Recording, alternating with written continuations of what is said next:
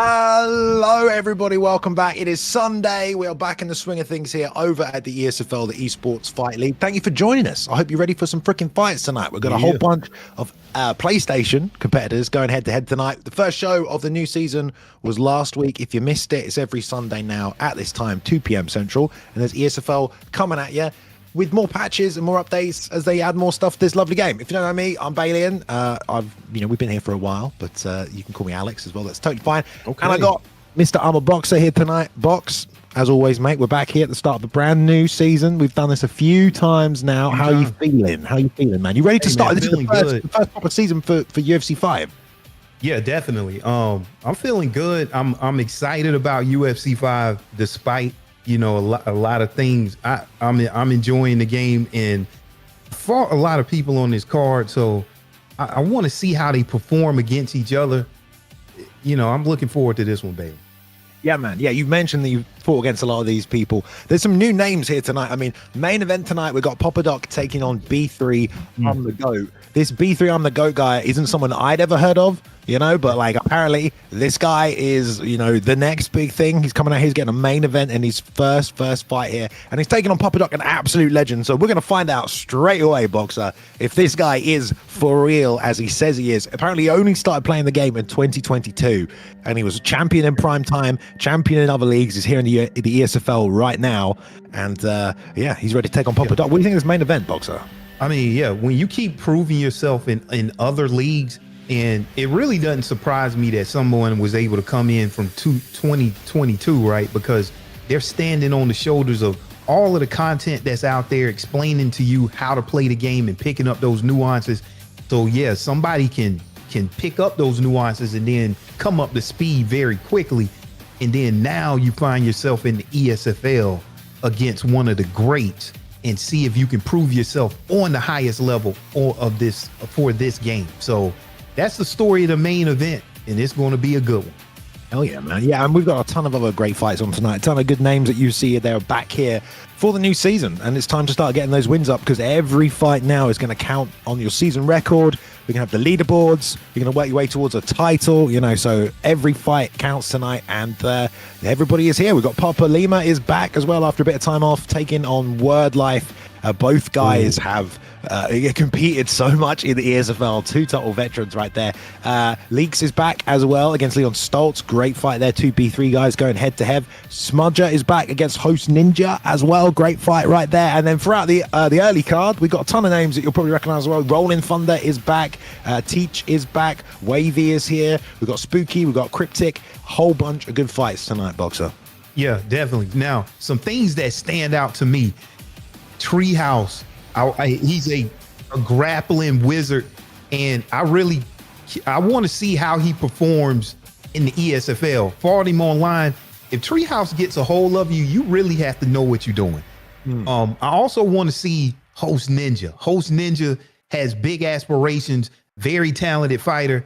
So I'm looking to see what he does, because he has a tough match. And when you want to talk about Leaks, very great striker.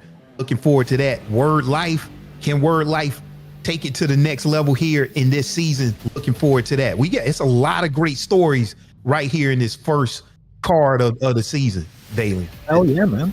Hell yeah. I mean, it's nice to get the season underway. Obviously, UFC 5 came out before Christmas time last year, and we had a bunch of exhibition events. We had some fun fights. We even did a proper esports tournament, and we did one for creators as well. But now all of that is over. The game has been out. People have had their hands on it. Patches have come out. There's obviously more patches on the way, more fighters being added, but all of that means it's ready and time to start the official season, the thing that will be tracked throughout ESFL history here. And champions are going to start getting crowned. We're on PlayStation tonight. Xbox will be next week. We're going to alternate between the two, and it's going to be great. So, but yeah, the first fight tonight, Boxer, it looks like we are just about ready to go. We are jumping on to middleweight to kick things off. We've got Josh Ray taking on Teach. Boxer, what can you tell us about these two? All right, so yeah, Josh Ray and Teach. So with Teach, he fought in ESFL one time during a team event. He lost that fight, but he's 5-0, 3-0 in these other leagues. He's ranked in the top 100. So if you're playing on PlayStation, you're definitely going to see Teach right there. Josh Ray fought some in the UFC 3 leagues, but he took it more serious in UFC 4. But now in UFC 5, you know, he's here. He's ready to go. Well-rounded fighter, good fight IQ, and very experienced here. So round one, Bailey, take it away. Yeah, here we go. Obviously, Teach was 5-0 in the GFC 3-0 in prime time. Definitely a very credentialed compared to him, but Josh Ray as well, you know, someone who's in the KIA, definitely one of the most improved players, and a tough matchup here tonight as well. I like the yellow shorts and Adesanya. This is a new thing right now. That's something that came out with one of the updates. You can you know, pick your fighter shorts, and that's what we're seeing right here. And right now, Bailey, and what are you seeing early here in this stand-up game? People definitely been asking for that update for a while. It's nice to see it. But as you say, into the fight, we've got a lot of good jab action already. The pressure coming forward from Teach, but Josh Ray deciding he doesn't want to be backing up tonight, now trying to turn things back around the other way. It's not been too much of a crazy start here between these two. There's a nice rear uppercut into that lead hand as well there. And the teeps off the back foot working out nicely right now for Josh Ray. Yeah, and right now what I see Josh Ray, he is down on the stamina lead just a little bit. So let's see if he can recover that. But right now, these guys had great head movement there, Bailey, and then Teach is finding that right hand with Strickland. Yeah, some really good boxing from both guys. No one's overcommitting. No one's loading up on combinations. Everyone's just landing their single shots. Nice 1-2 down the middle. Lots of pressure from Teach. Is going to beat up that block, and he's already doing damage to the head health. You know, with Strickland, you got really high-level jabs and straights. There's a nice uppercut. Catches a health event. Looks like Josh Ray's going to be okay. He's the elbow, though, as well. Already eye damage. Orange straight away right there. Not even halfway through the first round, and the left hook off the slip. Good work there by Teach. I mean, that's stealing the first round so far, Boxer. Yeah, I mean, Teach is doing a good job to be able to get that rock. You got to watch that eye health of Israel Adesanya, and Sean Strickland with that 95 speed. I mean, he is definitely good on the feet here. You know what happened in real life, and he's putting on that pressure. Let's see what Josh Ray needs to do to get out of this situation, Bailey. Yeah, lots of pressure still. Nice slip to the outside. Double uppercut. Look at that. The wind up on that is super long with those long arms of Adesanya, but still doing damage enough to the health. Back in Teach off there, gets to retake the center, just Josh, and tries to get that question mark kick up, but just interrupted by the jab there simply. But also doing damage to the eye of Teach also, so some swelling on both sides. I don't know if there's a cut. Hard to tell. There's another right hand, though. Josh Ray picking him off as he retreats here. All right, and then the story that I see here, you got very good head movement by Josh right here, but Teach is already adjusting to that and throwing different combinations. And look at there, we get that rock. Israel Adesanya with that great power of 95. But you got to look at his stamina, though. Stamina is low. It's only the first round, but both of these guys have exchanged rocks, Bailey, and coming here at the end of the first round, Teach hitting, you know, that roundhouse there, and another rock by Josh Ray. And look at there, what is, man, Bailey, that was a great way to finish that round. I'm not sure who took that round. I may lean to Josh Ray for getting those two rocks at the end. Bailey, what do you see in round one? Yeah, man. I mean, way to come back towards the end. We saw Teach doing well early with the pressure, with the jab. That head kick bounced off the block. That made me a little bit nervous right there, but good comeback there, pulling things back in line from Josh Ray. I mean, I don't know what you guys in chat at home, if you prefer Strickland in this matchup. I know a lot of people do, but obviously, like you said, Adesanya's got that 95 power. You've got those kicks. Rear leg side kick. Love to see that. Always been an effective move here in the ESFL. Double knees as well while pushing forward. And now it's Josh Ray on the attack here. You know, it feels like Teach is on the back foot, playing a little more defensive, Boxer.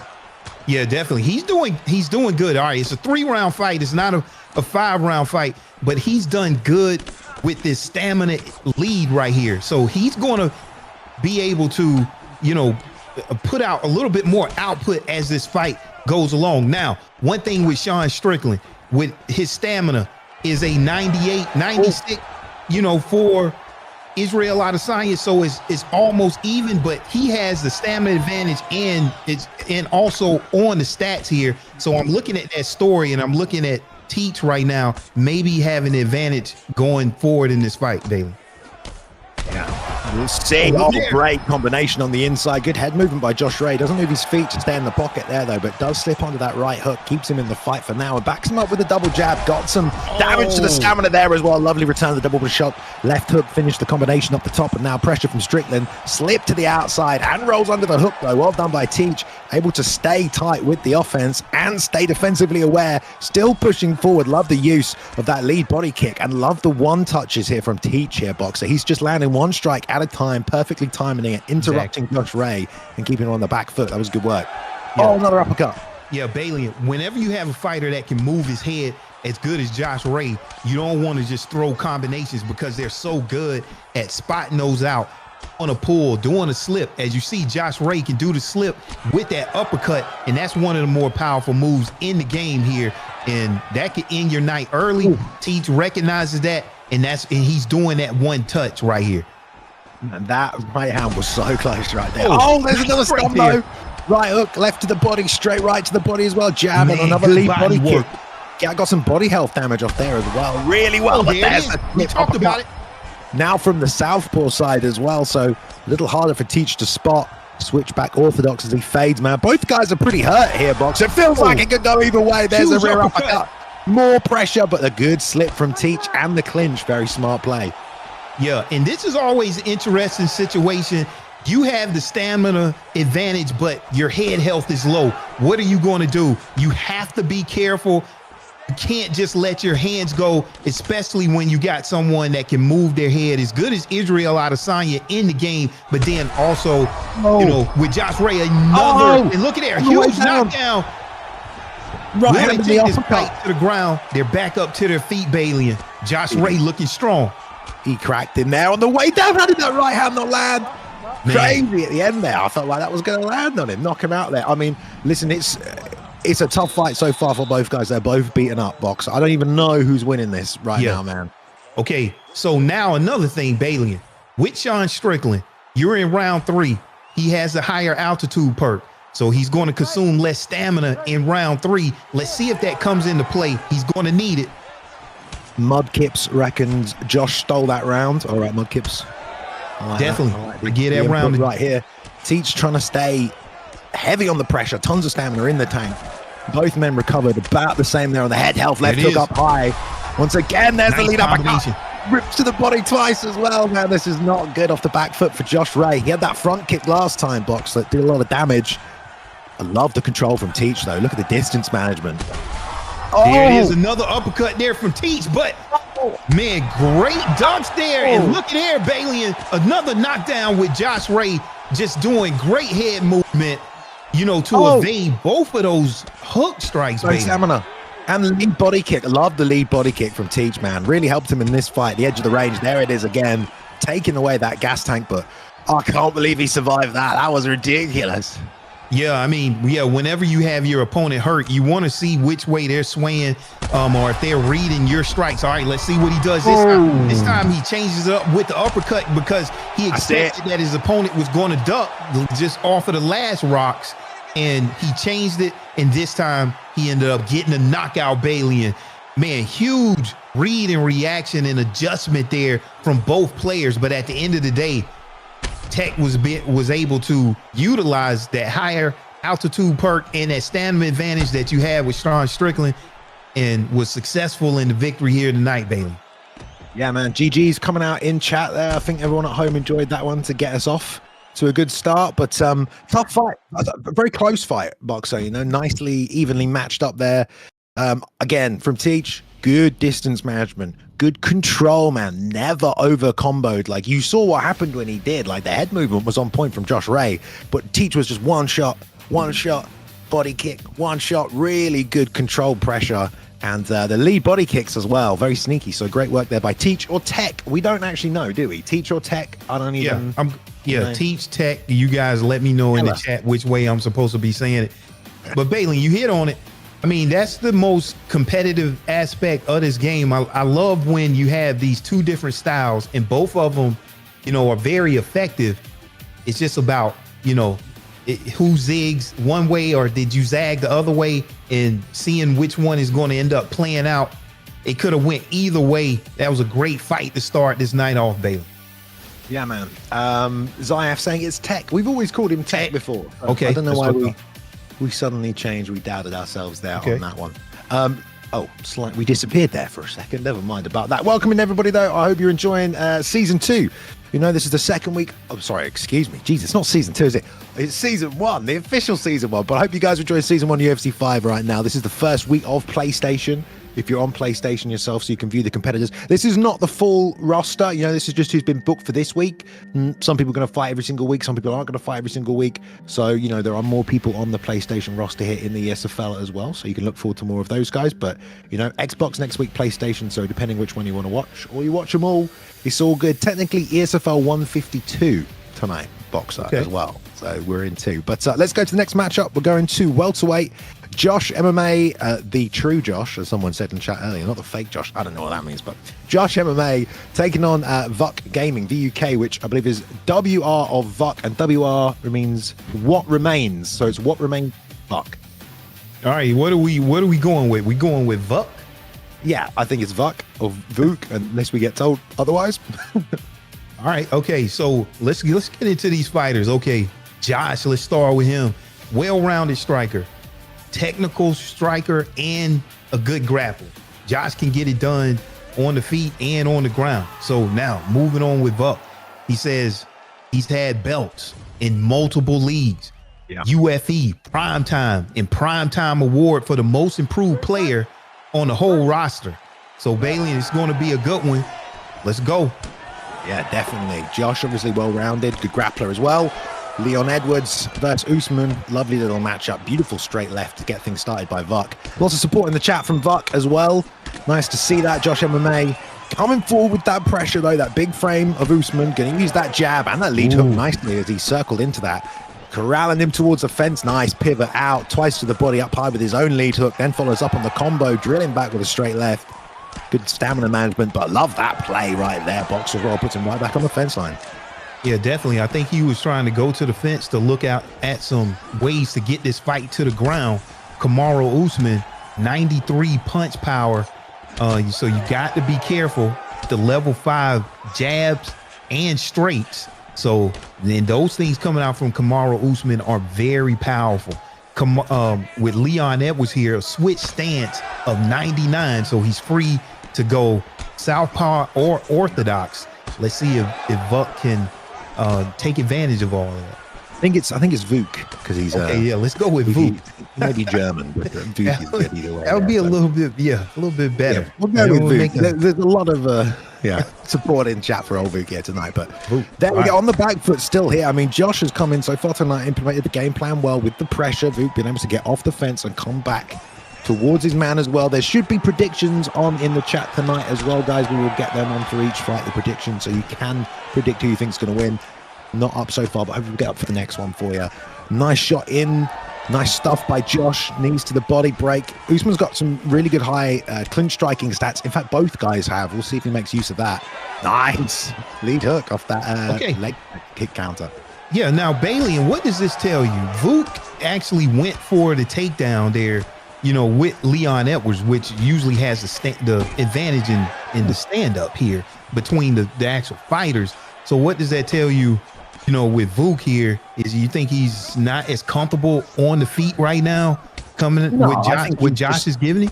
I think he's ready to do everything. And I think you also got a matchup like this, whoever's on the back is losing, right? Because both guys are good in top position, not necessarily good off the back. So if you put Usman on his back, he's not really got anything for you. So it's not a bad idea. Only 3 rounds to work. It's been a close round. You know, Josh has done a lot of pressure, worked from the fence. VUK has obviously done some damage. Doctor's keeping his eye on, and I think some swelling around the eye. There's been a bit of repairing, but that lead body kick as well we're seeing coming out from VUK. He's gone back to southpaw now, trying to interrupt with the jab off the advancement from Josh, who's trying to power forward with that lead hook from southpaw and lead uppercut. It's all of that lead hand, big shots, and he's mixing up the hook with the uppercut, so the duck can't come from VUK. So we'll see if he starts to pull counter, because both those will get caught with that. But he's doing a good job shelling off the back foot here, is VUK. Tapping away with the jab. Doesn't seem in any rush right here. Almost trying to bait out some offense towards the end of that round. Maybe given, you know, realizing it's a bit close. Maybe I didn't win it, but I'm going to just let you bait some stuff out and make some reads. As we go into round 2, I think Josh took that one, Boxer. Yeah, I think Josh did a good job at taking that one too. But Vuk right there at the very end, I really like those lunges to get out of trouble. You know, it's going back and forth. Not sure who won that round there, but as we were talking, you're right, Bailey. Bottom control of Kamaru Usman only at 89, but if you can get him there, takedown defense, you know, is very high, 97. So it's hard to get him there, but if you get him there, you probably can control it. Well, you can take anyone down in this game as long as you time it right. But look at the power coming out from Josh, man. I mean, he is beating up that block. There is bleed through damage. There is that double leg sprawl. Again, we just talked about he wants to straight back up on the feet. And, you know, the reach divide is also with Josh as well. Tried the ducking head kick, but just it's hard to head kick someone when they're moving forward. You got to get them going backwards. You really do. You can front kick them as they're coming in, but you're trying to set up a ducking head kick as they move forward. It's going to be hard to land. Chances are the block's going to be up as they're pressuring. So it's very hard to time any kicks off the back foot. The nose is getting smashed in now on Vuk as Josh is still pushing forward with these short combinations, grabs a single collar, pummels under to the over-under, now to the fence, knees to the body. Like, this is all good work from Josh to just put him in uncomfortable positions. And because he's ahead in the health stats, I feel like he's willing to trade a little as well.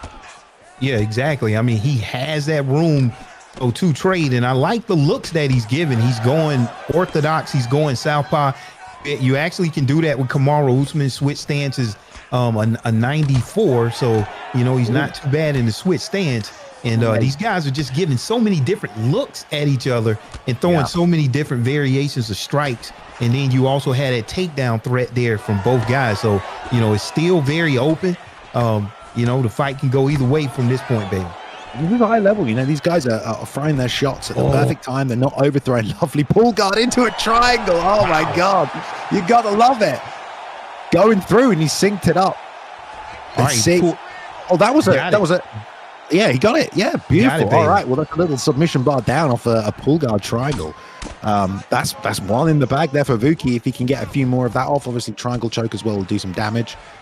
So not bad at all. But just before that, I was going to say Josh hit him with a beautiful slide back combo. Oh shit! Locked in the dark now. What are you gonna do? Okay. All right, they're draining. Let's see if somebody fakes. He's going right for it. Was that a race? Oh wait, no, he's not good. Hooks the leg. Oh no, he's out. I haven't seen those animations, right? But somebody made a call, right, for the position transition, and that ended up getting blocked. You get back in that position, man. Bailey, that was a great sequence there. But I love it, man. But it's Josh such a better sequence than the last game, honestly. Yeah. It's really. Oh, there's the left hand now. From Boopy. The elbow, but he's still hurt. Gonna try the power double recovery just in time for Josh, but lovely grip takedown off the clinch. That was just real good. Got excited with the left hand. Well done from Josh right there. Takes full count now. Vuk has taken over the second half of this second round right now. I mean, talk about a comeback round. This is big damage as well on the block, on the head health. Great way to finish the second. Good deny there from Josh. Not going to take any extra damage. A double deny from the mount posture up right there. But, I mean, I got it one round apiece right now going into this third, Boxer.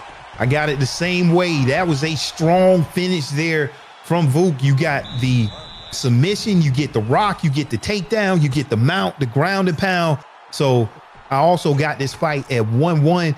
Saw some high level stuff, Bailey, and I'm gonna have to go back and look at the ground submission sequence because I haven't seen that specific sequence play out yet. That was great. Great groundwork. Well, here we go. Third and final round, second fight of the night. So far, if you're joining us, ESFL 152. This is the first card for PlayStation and the first official season for UFC 5 at the Esports Fighting League. So here we go. Things are kicking off so far. Great head movement to start this third round off, Balian, from both fighters here. And still a lot of the same switching stances back and forth here. And look, and we got another takedown there from Vuk coming out. Nice little trip there. And man, Bailey, it's right now I got it even in this third round here. It couldn't get any better at this point. Definitely. It's just about who makes a mistake, man. You know, at this level, both these guys are really good. You know, if you're trying to get wins on the board and get yourself to a championship this season, you're going to have a tough road if all these matches are this hard for you. Lovely straight left, starts a rock sequence, also slips to the left and the right hand side by Vuk, but Josh is waiting on those lead hooks. Another takedown. I don't think he's got any of these that he's shot, but they do buy him a bit of time. Lovely punishment by Josh, though, with knees to the body, and that has done a bit of damage, but he's not really committed to the body attacks, so it's not going to make too much of a difference in the long run of this fight. But that's some damage and some vulnerability exposed on Vuk at the start of this third round, Boxer. Yeah, and one thing with Vuk, let's see if he can make a call on, you know, because Josh is coming in leading that lead hook. So, you know, all you're going to need to do is pull one of those and take advantage. And, you know, you probably can turn it around here. But, man, these guys are so crafty. You never know. They're mixing it up. And there's that rock right there coming out from Vuk as we talked about, Bailey. Good job. Man, they're both loading up on the lead hooks. I mean, I didn't even think he landed that. What timing on that over? Oh, the straight left again. He's hurt. He's wobbled. Going to the body. Oh, pivots out. Double body doesn't go after it. Worried about the uppercut right there, perhaps. Man, 140 left, dude. It's still one round apiece as far as I'm concerned. Yeah, you got to watch out for those 5-star straights there coming out from Kamaru Usman. Nice takedown there. And then he gets into side control, Bailey. And so let's see what he's going to do from here. He was not able to get that transition denied, and he probably did a power transition there. And now Vuk back up to his feet. 1 minute to go, but nice turning takedown there from Josh. And now he gets the transition block, Bailey, and finds himself inside saddle here in control. Let's see if he can do damage. 45 seconds. You got to do something. Just because you get the takedown, now you have to do something with it, Bailey. Oof. Yeah, well, I argue against that, mate. I don't think he has to do anything. He's just got to stay here, and he's probably going to win this fight. Vuk needs to get up and maybe catch another rock. It's been back and forth. I don't know. The judges might sneak it towards Vuk in this final round, but it's going to be really hard to tell. Plus the control time on top, some damage tip from the elbows. I think Josh has kind of shut him down at the end there by nicking that takedown. Oh, I think let's chat see. kind of agrees with me here, guys. A lot of you are saying Josh got it. Wow. Man, you guys was right. Josh got it. Oh, I must have missed it. I looked away for a second. I believe he did. There we go. And yeah, Josh, there we go, taking the win with Kamaru Usman. Congratulations, aka Josh there, the champ, the GFX champ, coming in there in what remains of Vuk, and unfortunately not able to get the job tonight. You know, tough old ESFL debut right there. You know, dominant wrestling with high-level BJJ. We saw a really nice pull guard triangle, but when it came to that ground game, I don't know. For me, it looked to me like Josh just had a bit more experience at this ESFL level, especially knowing to secure that takedown in the final round right there, Boxer, and that kind of snuck it for him. Like, first fight, you know, definitely what remains of Vuk can come back throughout the season, but really tough fight right there between those two guys. I mean, all of these fights so far for everyone has been super tough. Yeah, both of these fights. I mean, when it goes to the judges' scorecard, it could have went either way. Both of those guys played, you know, very good. Seemed like to the top of their ability for where they're at now. I know we'll probably see Vuk come back better and stronger, learn, like you say, Bailey, and coming up to this ESFL level and the challenges that presents. But man, that was a great win there for Josh. Strong performance. All right, well, let's jump straight into the next fight. We still got plenty more to come tonight, guys. Another 8 fights for you, or 7. I think it's just 8. Here we go, though. We're going on over to heavyweight matchup of 2 great strikers right here, boss man. We've got Envy Samurai and Persu. Take it away. Okay, yeah. Let's see. Samurai, unpredictable, best leg kicker in the game, comfortable everywhere. Okay. So he started playing UFC 2, so he's been playing for a while. He's been competing since UFC 4, and been in many camps, so he has a lot of experience. Persu, Italian fighter, has more than 15 fights in the ESFL. So we talking about ESFL vet. That's a lot of fights. Also a technical striker, good counters, and well-rounded.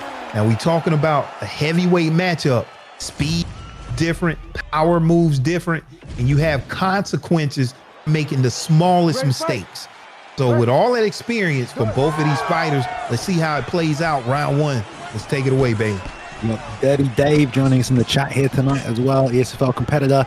And, you know, Samurai has spoken pre-fight.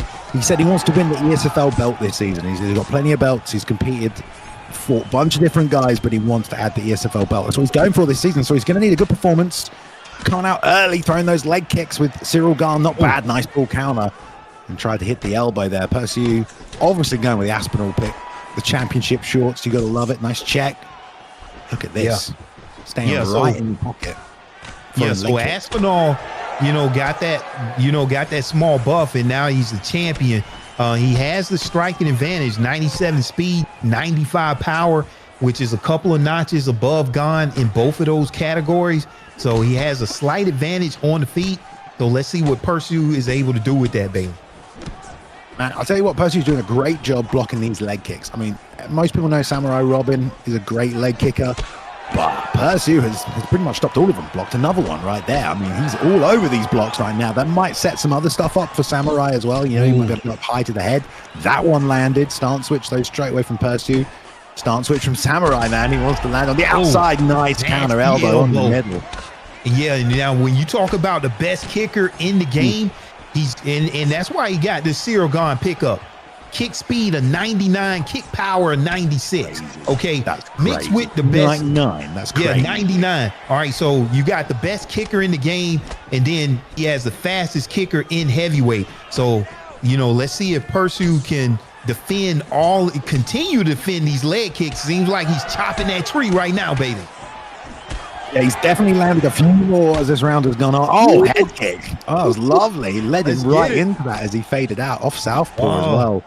Persu trying to be a bit too defensive right now, if you ask me. It's almost getting into that state of play where you're worrying about what you're getting hit with. So all you're thinking about is trying to defend it. And in doing that, you kind of get away from your own game plan. I'd love to see Persu find a way to put some pressure on Samurai and not let him start, snowballing these leg kicks. But it's tough because Samurai's got him back against the fence and he's chopping away. He said, and see one thing, he's not throwing the full leg kick. He's throwing that calf kick. Yep. He's throwing that rear calf kick. So let's see if Persu, because at some point, you're going to have to deal with it, right? Because that's going to force a stance switch right there. And now it's round one. Now you're in trouble, and he's working on both legs, Bailey. Yeah, I mean, the problem is, as long as he's going backwards, these leg kicks are going to be there all day. He needs to come forwards. He needs to teep. He needs to clinch. He needs to take down. Whatever he can do to get Samurai Robin going backwards. Samurai Robin cannot throw leg kicks off the back foot. And if you're moving into space, moving forward, you can decide when you want to stop moving forward or exit that space. It's not on your opponent to control the distance is an easier way of putting it. But if you're the one advancing, it's easy to just stop your advance. The leg kick misses, and you can keep moving forward. If you're moving backwards, there's only one thing you can do to get away from that leg kick, and that's keep moving backwards or block. You can't go forwards. You can't change. So, good cerebral breakdown, Bailey. I need to start coming to you for some coaching advice on UFC 5. Fight advice, mate. All right, this is Okay, so what's interesting? He's already beat up the southpaw leg. All right, so Tom Aspinall is an orthodox fighter. Yeah. So let's see, is he going to be able to chop that tree down on the orthodox side, Bailey? This is interesting. He's landing those leg kicks over and over, Bailey. Yeah, and I think, that's probably why he went southpaw early, so he could lean on the orthodox later. So, I think, most people in chat will probably say this as well, some slips from Persu, some slip right hands on those straight shots would really help out. Pull counters, anything you can do, stuff like that. Full counter uppercut there, and now we going for the takedown. Man, good counter there for Persu, but he's going to need a little bit more than that, Bailey, and see if he can keep it up. Yeah, he needs to set that takedown up with the head movement. Can't just charge it in there without any setup. Those are easier to defend now since we had that patch before Christmas. You got to set those takedowns up and slip. Okay. This is good work off the back foot here as well from Samurai. Throwing these short shots, nice teep up the middle, outside leg kick. Persu's finding some hands right in there, but it's not enough. Definitely better than the first round, though. There's a trade. Yeah, okay. Wow. Oh, my goodness. As Bruce Lee Rob said, it'd be a party there. Double pull there. Nobody actually got hit there. And so you see the stamina cost of throwing all of those leg kicks there. Let's see if he can stick with that game plan. And there it is. That now the orthodox leg is hurt. Now, Bailey, and let's see. This could be the beginning of of the end here, because both your legs are compromised. He's gonna get. However, we've seen Persu. You know, he has a lot of experience. He can pull it out, Balian. But what do you see in this scenario? I'd see him getting front kicked to the no man's land if he keeps trying to block these leg kicks. Now, this is the problem, man. I mean, we're over halfway through this fight, but it was about the exact halfway point of this fight. He got hit, and now these straights are coming down the middle as well as lots of damage, and the slip counters from Persu may be the only thing that can save him if he can slip the straight and bang something up the middle. But Samurai is being really defensively sound right there. He's gone to no pressure. He can just watch for the incoming strikes and counter and bang look leg at kicks. the leg. Look at the leg. The leg He's got to is wrestle, man. mangled. Oh, there's a straight, but he's got to keep moving forward. It's so hard with no freaking footwork stat left, but you got to do something. There's the front kick that we talked about to the body, to the head, rolled onto the lead hook right there. Outside leg kick again and again. Man, stay down, dude. Oh, my God. This is another strategy here, Bailey. And you called it. I mean, which one are you going to do? Because you know the front kick is there, and it's just there he is, man. That's my first time that I've seen this, I think, Bailey. Into the fight in ESFL by leg kick damage. I'm pretty sure it's happened first time I've seen it. He told you he was the best leg kicker in the game, and then he went out there and he showed you why. I mean, that was a great performance, baby. Both legs damaged, both legs compromised. Nothing you can do. It's just great, man. I love it. Yeah, dude, I mean, Garn, great pick for Robin in this weight class with 99 kick speed. So hard. Like, the problem is, like, you feel like you can make the read. Like, oh, the leg kick's coming, I could block it. But when they've got 99 kick speed and there's all this other stuff going on, you can't react fast enough. Yeah, you can't. You have to pre-block that leg kick. Yeah. And if you get to the point where your legs are that beaten up, there's nothing really you can do. We can't sit here and be like, he should have done X, Y, and Z. We should just focus on what Samurai Robin did, and that was mix up targets, throw some great straight punches, and just have a game plan from the start to attack the legs and not get deterred, stick to it, didn't mix things up, didn't try and look for the knockout, just kept chipping away. Yeah, I mean, that was a great job, right? Because he chose to throw the rear calf kick, right? And so I usually don't see that, but I see how effective that is. Whenever you have somebody kicking your legs, you got to address that early, because you can't address it late, because if you start addressing it late, that leaves you compromised for those head kicks, as like we saw. So, and like you said, Bailey, and crowding that space to where you're not at just the perfect distance where they have maximum damage, right? So, I mean, it's just a great job, man. Great job by Samurai. Great technique. Yeah, great technique is pretty good. Let's jump over to the next fight as well, though, Boxer, because we've got plenty more still to come here tonight. Great matchup there, and Samurai called himself the best leg kicker in the game. I mean, he's proved it right there. Hey, if he wants to fight for a title, that's a great way to start the season as well. First TKO of the night. We're going to be happy with that one. So congrats again to Samurai. But let's go to the next fight tonight. We are going from heavyweight to flyweight, and we have the return of the highly touted fan favorite Rolling Thunder, and he's taking on STK Storm right here. Okay. All right, Storm, constant pressure, good striker, and good wrestling. They say this man is a savage. Former primetime champion in UFC 4. Now with Rolling Thunder, like you say, fan favorite. Used to terrorize the competition since UFC 3. Also, unknown account Romero Host Ninja Prioxis got me into UFC 4. He says, made it my mission to Rolling Thunder KO every single competitor, comp player. So that's what we dealing with, Bailey. Round one, let's go. There we go. Yeah, I was going to answer V-Pain's question in chat right there about when we're going to have title fights. Obviously, El Presidente, Mr. Hunter answered that one, but we're right at the start of the season right now, so we got to get some title challenges. People put win streaks together, then we'll have our first title fight. So this is the very start of the season. It's plenty to play for right now. These two after a fast start here. Storm using Brand Moreno on the inside, getting the boxing going, already taking out the head health right there of Thunder. Really good timed attacks right here, man, from STK. Dude, he's interrupting everything. Rolling Thunder just a little too close for Brandon Royval on that range. Oh, left down. Yeah, one thing, and both of these fighters have great cardio, so we're getting ready to see a lot of attacks right here.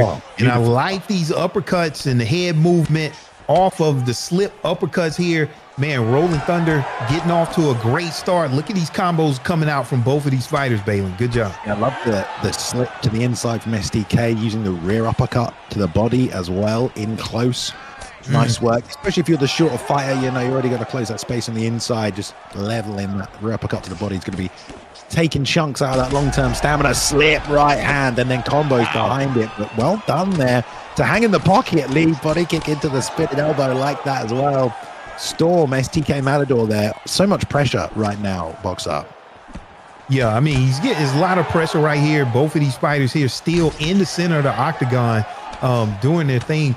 But I really like Rolling Thunder. But look at there, man. STK, what is this? Storm here doing a good job with that head movement and getting one rock already, Bailey. Did I see that? I think he did get a rock earlier. I'm not 100% sure. He's done some damage to that eye, though. And Doctor's already taken a look. Lots of lovely combos on the inside from Storm. Head kick from Rolling Thunder. But yeah, again, you see what I mean about how hard it is to land a head kick as someone is moving towards you.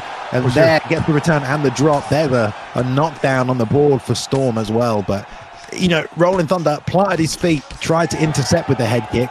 It didn't land, he blocked it, then he started moving backwards, and we saw the head kick come out as he was moving backwards, and it rocked him. You know, like, it's hard to intercept with those head kicks on the way in. And Storm took full advantage of that. Great shot, followed up nicely, and that takes this first round, I think, here for Storm. Lots of damage done early on the face of Rolling Thunder, who sadly doesn't have a Rolling Thunder in this fight. I'm sure he'd love one. Exactly. Yeah, and Bailey, and like you said, yeah, if this fight makes it, yeah, definitely will make it out of the first round here. But I mean, both of these fighters, just great head movement, great combos there, and look at there. Look at that slip uppercut. We're seeing that technique, and look at it, just a little bit too far for that pull elbow. But look at these combinations coming out here by Storm. They're showing you good. He says good striking. I'm seeing some great striking there, right there. Rolling Thunder is going to have to do something totally different. He want to turn this fight around, but it seemed like Storm is just in a flow state right now, Bailey, and with the head movement and combinations coming after great head movement, Bailey.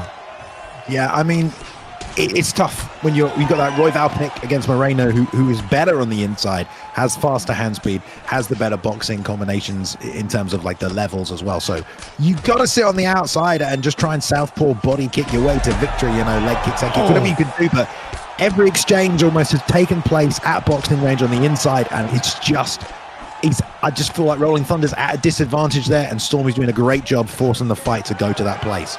I mean, again, Bailey, great analysis right there. You're just not in, you're in that range, you're in that brawling range. Yeah, Moreno is just more suited there. And look, now he's up against the cage and he's throwing these combinations here, looking to take out his opponent right there. There it is. Huge right hand knockout there from Storm with a very impressive performance there, Bailey, and getting the job done early in the second round. Man, great job to both of those fighters, but this was just the night of Storm. Just some amazing combinations coming out there from Brandon Moreno. Bailey, that's very impressive what Storm was able to do here tonight. Oh, beautiful right hand. Look at him. Beautiful right hand, Bailey. Lovely stuff. It came off the knee, right? He was on the pressure on the back foot, wanted to find something to stop that pressure, looked for the knee. Unfortunately, as he threw the knee, the jab rear hook came out. So max vulnerability, you get hit with a rear hook while you're throwing that knee. I mean, knees off the back foot are great, but this is why you throw the teep, right? Because it morphs into a knee if you're at knee range. So I get why he threw it, but if you threw the teep there instead of the knee, if he closed the distance, the knee would have gone off, and the teep might have helped keep some distance, but it's tough when you're in there with a guy like Storm, who's world class, coming forward, tons of pressure. He's got better stats than you. He's taking the fight where you're weakest, and you just can't keep him off you. And if you realize that 2 minutes in, you better find an answer to the game plan quick. And unfortunately, Rolling Thunder just didn't have a response, didn't have the right tools, perhaps, with Royval to deal with the game plan that Storm brought tonight. He probably had an idea of how to do it, but he couldn't get it done. So great performance there by Storm. Lots of people in chat saying Storm was, on point tonight, on fire tonight. So I think everyone very pleased with that performance as well. And I'm sure Storm will be also. There we go. It's a win for the STK boys. All right. let's move on to the next fight, That's Boxer. very We're impressive. about halfway. Storm, man. That's crazy. It's about crazy. halfway through this card tonight, guys. We still got plenty of fights still to come. Main event's cracker tonight as well. New guy taking on a vet. You gotta love that one as well. So let's move on. We're going to the middleweight division once again here, Boxer. We have got B3's Wavy from the Bang Bang Bullies. He's taking on the King's Ungodly. Great fight. Two guys that love to bang it out on the feet here, and great picks as well. Yeah, definitely great picks. Let's see who they go with. But Wavy, pressure fighter who can grapple, ranked top 50 in rank there. I mean, yeah, that's going to be good. Ungodly. He says he looks to bring fun in every fight, every single time he fights. Baby, let's go. Great pressure fighter here. All right, so we looking at the new middleweight champion there, DDP. We ended up getting a buff here recently, almost a +1 like in everything, and some more stuff. But you got to watch out for this power from Alex Pereira here. Round 1, Bailey. Already, we starting out with a rock from Wavy's, from Bang Bang Bullies, and a takedown already gets denied, Bailey. In round 1, we already starting out hot and heavy, Bailey. I'm loving this crispy, smooth stream we've got going on right now as well. Lovely front kick to get things started right there from Wavy. That's what you've got to do from DDP right now. I mean, you've got to be all the way in or all the way out against Pereira. You do not want to stand at the edge of that kicking range with those leg kicks can come out. Double right hands. Love that from Wavy. Doing a great job. And he's getting Ungodly to react to him right now. He's taking advantage of those micro reactions. Tries to peel that overhand over the top as well. Now he's trying to reach a little from outside of range, but good catch. Lovely job. Walks into the fence. Love it. Going to hit the double leg as well. Fantastic play. Wonderful stuff from Wavy into the side control. 10 out of 10, Wavy.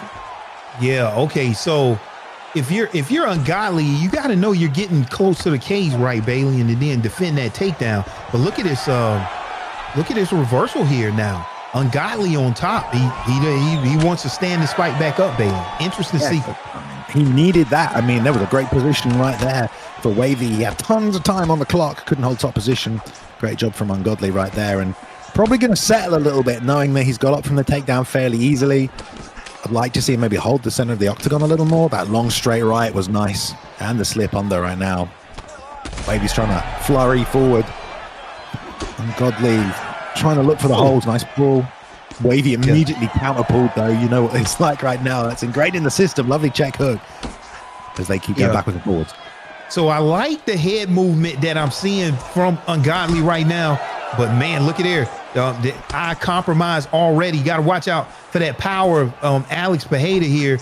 But, man, both right now, I'm not sure who has the advantage here, Bailey, but Ungodly looking strong. But Wavy still, look at there. These pulls are just it's just slightly outside of the range, baby. I like that Wavy is putting pressure on Ungodly when his stamina is low, and that is forcing him backwards because he has to retreat because his stamina is dropping because of these slips from Wavy. So the pressure from Wavy is great, but he's not pressuring because of his boxing. He's pressuring with his defense, which is really nice to see. And every time you see that stamina drop from Ungodly, you'll see Wavy moving forward and pressuring him, but he's doing it right now anyway. Double pulls up, loads of head health damage done right there as well for all of the moves that Ungodly made off. He got back to really dropped him there as well. Up kick keeps him in the fight. 20 seconds left of the round as he's going to flurry towards the fence, but that came out of nowhere, Boxer. Oh, so close. Yeah, exactly. Came out of nowhere. Both of these fighters are looking for that pull counter, but it seems like they're looking for that pull counter elbow. Wavy did land a pull straight because of the distance at which they end up getting into an exchange is slightly outside of that pull counter elbow range. So I want to see if they're going to make an adjustment there because they're not fighting that close into a phone booth where that pull counter elbow will be effective. But man, Wavy getting a huge knockdown there. Let's see if Ungodly can turn this thing around in the second round. Yeah, Wavy named himself as a bully in part of his style, and we're kind of seeing that, man. Oh, beautiful right hand. That distance management was so clean. Perfect range for that right hand. Banged it right after the left hook came firing by. Wavy just sniping him out there, man. Sharpshooting these shots and looking for the holes. Oh, that's a great head kick as Wavy took a step back. He's got to come forward and do what he can, but burnt the stamina real quick right there, and good defense from Wavy. Yeah, Alex Pereira never out of it with all of that power. there. And then now we're getting a takedown here on top. Let's see if he stays. All right, going forward into mount, but now he's in full guard here. Let's see if he can pass, but it's reverse Bailey on the ground. Back where he wanted to be about this point in the first round. Let's see what we can do with it now. Probably going to settle and not rush things as much as last time, perhaps. Yeah, maybe exactly. hold it up. We've got great ground and pound on DDP. I mean, you should really be taking fights there when you can. One takedown every round is the DDP rule, you know. Holding this top position now. Yeah, definitely. You don't want to take that ground and pound from DDP because, I mean, ground striking of a 95. So, I mean, if he's posturing up, he's going to be landing some big damage. And you don't have to rush it like you're saying, Bailey, because we're talking round 2 here. You're early in round 2, not even halfway. Take your time, you know, just grind it out, especially with Alex Pereira. And once he gets up and all of that power, you know, this is where I want to be here if I'm Wavy. See Samurai Robin in the chat. L2 R2 to block leg kicks, by the way. Just, just after his fight, you know. Cheeky bastard. All right. Good reversal once again, though. Yeah, let's see if the stand-up does happen this time. We saw Ungodly give up position, and he snapped him back down to side control. Lost the race. We saw Ungodly just want to stand up in the first round. Now wanting to hold top position. Now wanting to do a bit of damage. I mean, how do you feel about that, boxer? Yeah, I mean, you know, on the stand-up, he's getting rocked. Okay, so it's like, what do you have to do to change this in round 2? So, all right, let's see what we can do on the ground here. That's going to be difficult with Alex Pereira, not the best stats on the ground here. But I think he feels more safe here. You know, but, man, look, Wavy now has that Kimura attempt. And let's see what they do here. He didn't get it, gets denied here. I think that was a fake, not a deny. Oh, it's just fake. Okay. Yeah, and now hitting the full guard. Nice work. Oh, wow. All right, so didn't get it. Escaped out of that great submission defense there from Ungodly. Just, man, what did you see in that submission exchange, Bailey? I mean, first of all, it's great from Wavy to hit the Kimura to get the sweep, man. That was beautiful, you know. That's something more people should be doing. If you're on the back like that, you can use them subs to take top position. Kimura's a great way to do that. And ends the round on top. Very close round, but I think Wavy took it. Rocked him at the start of the round. Got the takedown. Only 2 significant strikes apiece there in that one, though. I mean, yeah, so I believe, Bailey, was that his submission counter? Is that what we saw to get into that Kimura? I thought he just hit the Kimura from half guard bottom. Maybe I'm wrong, but I'm glancing at chat every now and then, so I might have just glanced over. So, wow. Okay, so what is this, round 3? Not sure who's up, man. I think I'm giving it to Wavy so far. Let's see if he's going to be able to finish this thing off on the feet. But man, if they go to the ground, man, we're seeing some high level stuff from both fighters, baby. We are, man. I mean, both guys are trying to stay within their game plan, but you saw from Ungodly that getting straight up in the first round definitely didn't really help. He was still taking damage on the feet, so better to maybe land what he could on the ground there, but did get reversed. And now they're going to start this third round on the feet. There's a nice teep. I'd love to see more of that, man. He spent so much of this fight on the back foot inside the boxing range of DDP, somewhere where Wavy has really forced this fight. And, you know, teeps aren't always 100% consistent. You know, they can get sidestepped if you spam them too much, but you got to find a way to create space, man. If you're not going to slip and try and counter with head movement, then you got to create space if you're the longer striker. Yeah, exactly. Because you want to, I mean, Alex Pereira with that 97 kick power, you want to take advantage of that. And Alex Pereira never out of a fight here. So you can turn this thing around with a couple of those kicks. And we called it out right there. 97 kick to the head. I mean, you can't take too much of these. And we see Wavy like, enough of this, you know, done good up until this point. Let's take this fight to the ground and let's see if we can finish this thing out. I mean, that was great. You mentioned the kicks, you know, for one moment in the fight, you know, he got Wavy going backwards. Yeah. Put a lovely 4-piece combination together and ended it with that kick, broke the entire block, brought the head health down half. What does Wavy do? Shoots a takedown. I mean, like Wavy's not losing tonight with this kind of a mentality where it's like, okay, cool, right. Now we're going back to the ground. It was a beautiful takedown as well. It was a double leg bail into the clinch, took the takedown. Loved it, but Ungodly's back to the feet. He's got 2 minutes here, boxer. Wow. Yeah, okay. We talked about that power with Alex Pereira, 97 power in his hands too. So you're never out of the fight here, but he's going to need it, Bailey. And I don't know if he's going to be able to get it here because Wavy is, he's dangerous here also, but you're never out of it whenever you got Alex Pereira. He's got to slip and counter because he can't just throw first. Wavy's going to keep the hands up. He's not going to break the block with any kind of combinations. He's got to just look for his counters, get a counter shot, then snowball with your offense. But if he's just trying to fire first, the block's just everything's just going to bounce off the block, Oh, great job right there from Wavy. Almost took him out. Yeah, he just doesn't have the stamina right now to just pour it on right now. I mean, you got one good kick, and if you miss that, then you're already depleted here. And Wavy just being really, really safe right here. But look at this, man. It just takes one. Great fight, man. You can tell Ungodly's really trying to do what he can, but Wavy's so tight tonight. That 1-2 down the middle been doing damage. Now these single jabs. One more crack at it, Bailey. Last 10 seconds. 10 seconds. We've got one more shot at it. Few decisions here tonight, but they've all been good fights. There we go, all 3 rounds, and I think everybody in the chat will agree as well. Wavy probably taking that 30-27. There it is. Yeah, good job from Wavy. Just control that fight from top to bottom.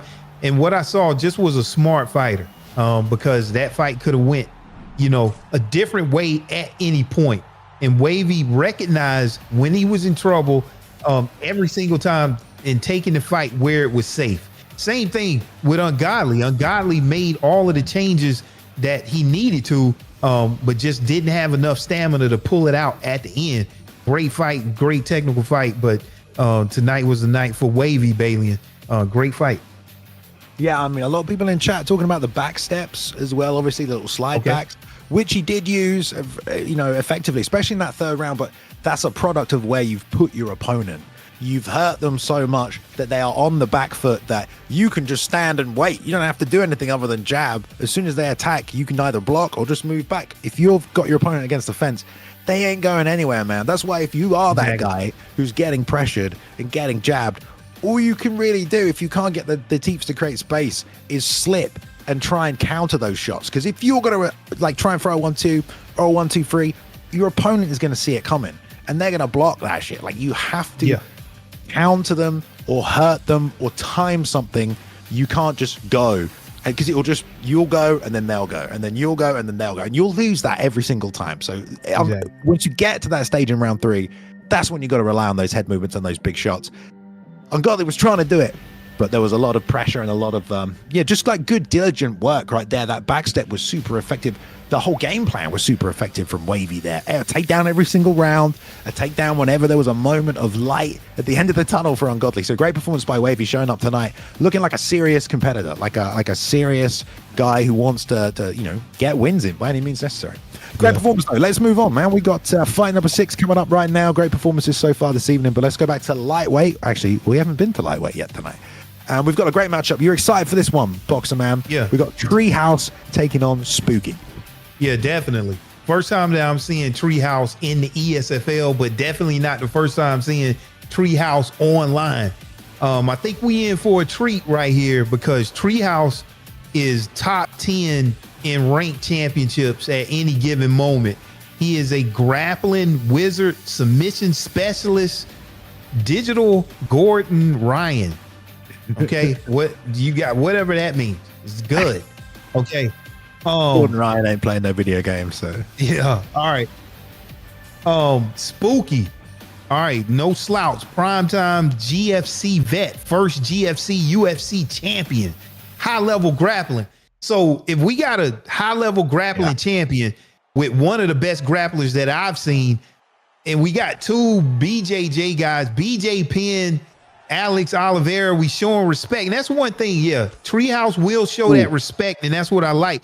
Round 1, Bailey. How long will it take to get the fight to the ground? Less than 15 seconds. I mean, in real time, that's about right. Great. I mean, takedown defense on BJ Penn is going to be great. Love the stamina though, Bailey. When you miss this turning takedown from the back and you don't get it, it's a lot. It's a lot. It's a lot already. Okay, now we're on the ground. This is crazy. All right, let's see. Just see if we can keep up, Bailey. Transition block. Honestly, like Spooky did a great job there. I mean, BJ Penn was great at this, stuffing takedowns and using his jiu-jitsu, man. So we'll see, man. I love the BJ Penn pick. What a great counter pick to this kind of play from Treehouse. There's a lot of belief in Treehouse in the chat tonight. Lots of people saying he's the Hoist Gracie of the UFC 5 community, the best grappler. We're really going to see that tonight. There's the double leg into the under over, goes for the body lock, doesn't get it. Nice deny. All these stance switches on the back foot here from Spooky, who's probably honestly going to look to take this late, I would imagine, and just chip away, especially if he can keep denying takedowns. All that gas tank is going to drain the backpack and jumps down, but he is on his back here. This is the best spot he could possibly be in, and I'm sure Treehouse is very good at holding this back position, but he wants full mount. Treehouse is very good in the mount. I don't know how they do it. Yes, I've been here before. You get a transition block, and then now you're in Treehouse's world right here. He is very good at calling these fakes out. And then look, Bailey. So we already got a submission there. He got it. Okay. All right. So that's the first one there coming out from Treehouse, doing a very good job here, as his stamina builds back.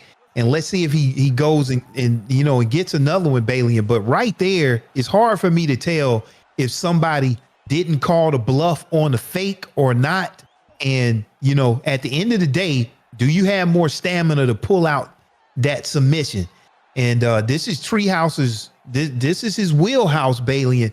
And we've seen him doing it, and he's doing it against a high-level grappler here in the ESFL, Bailey.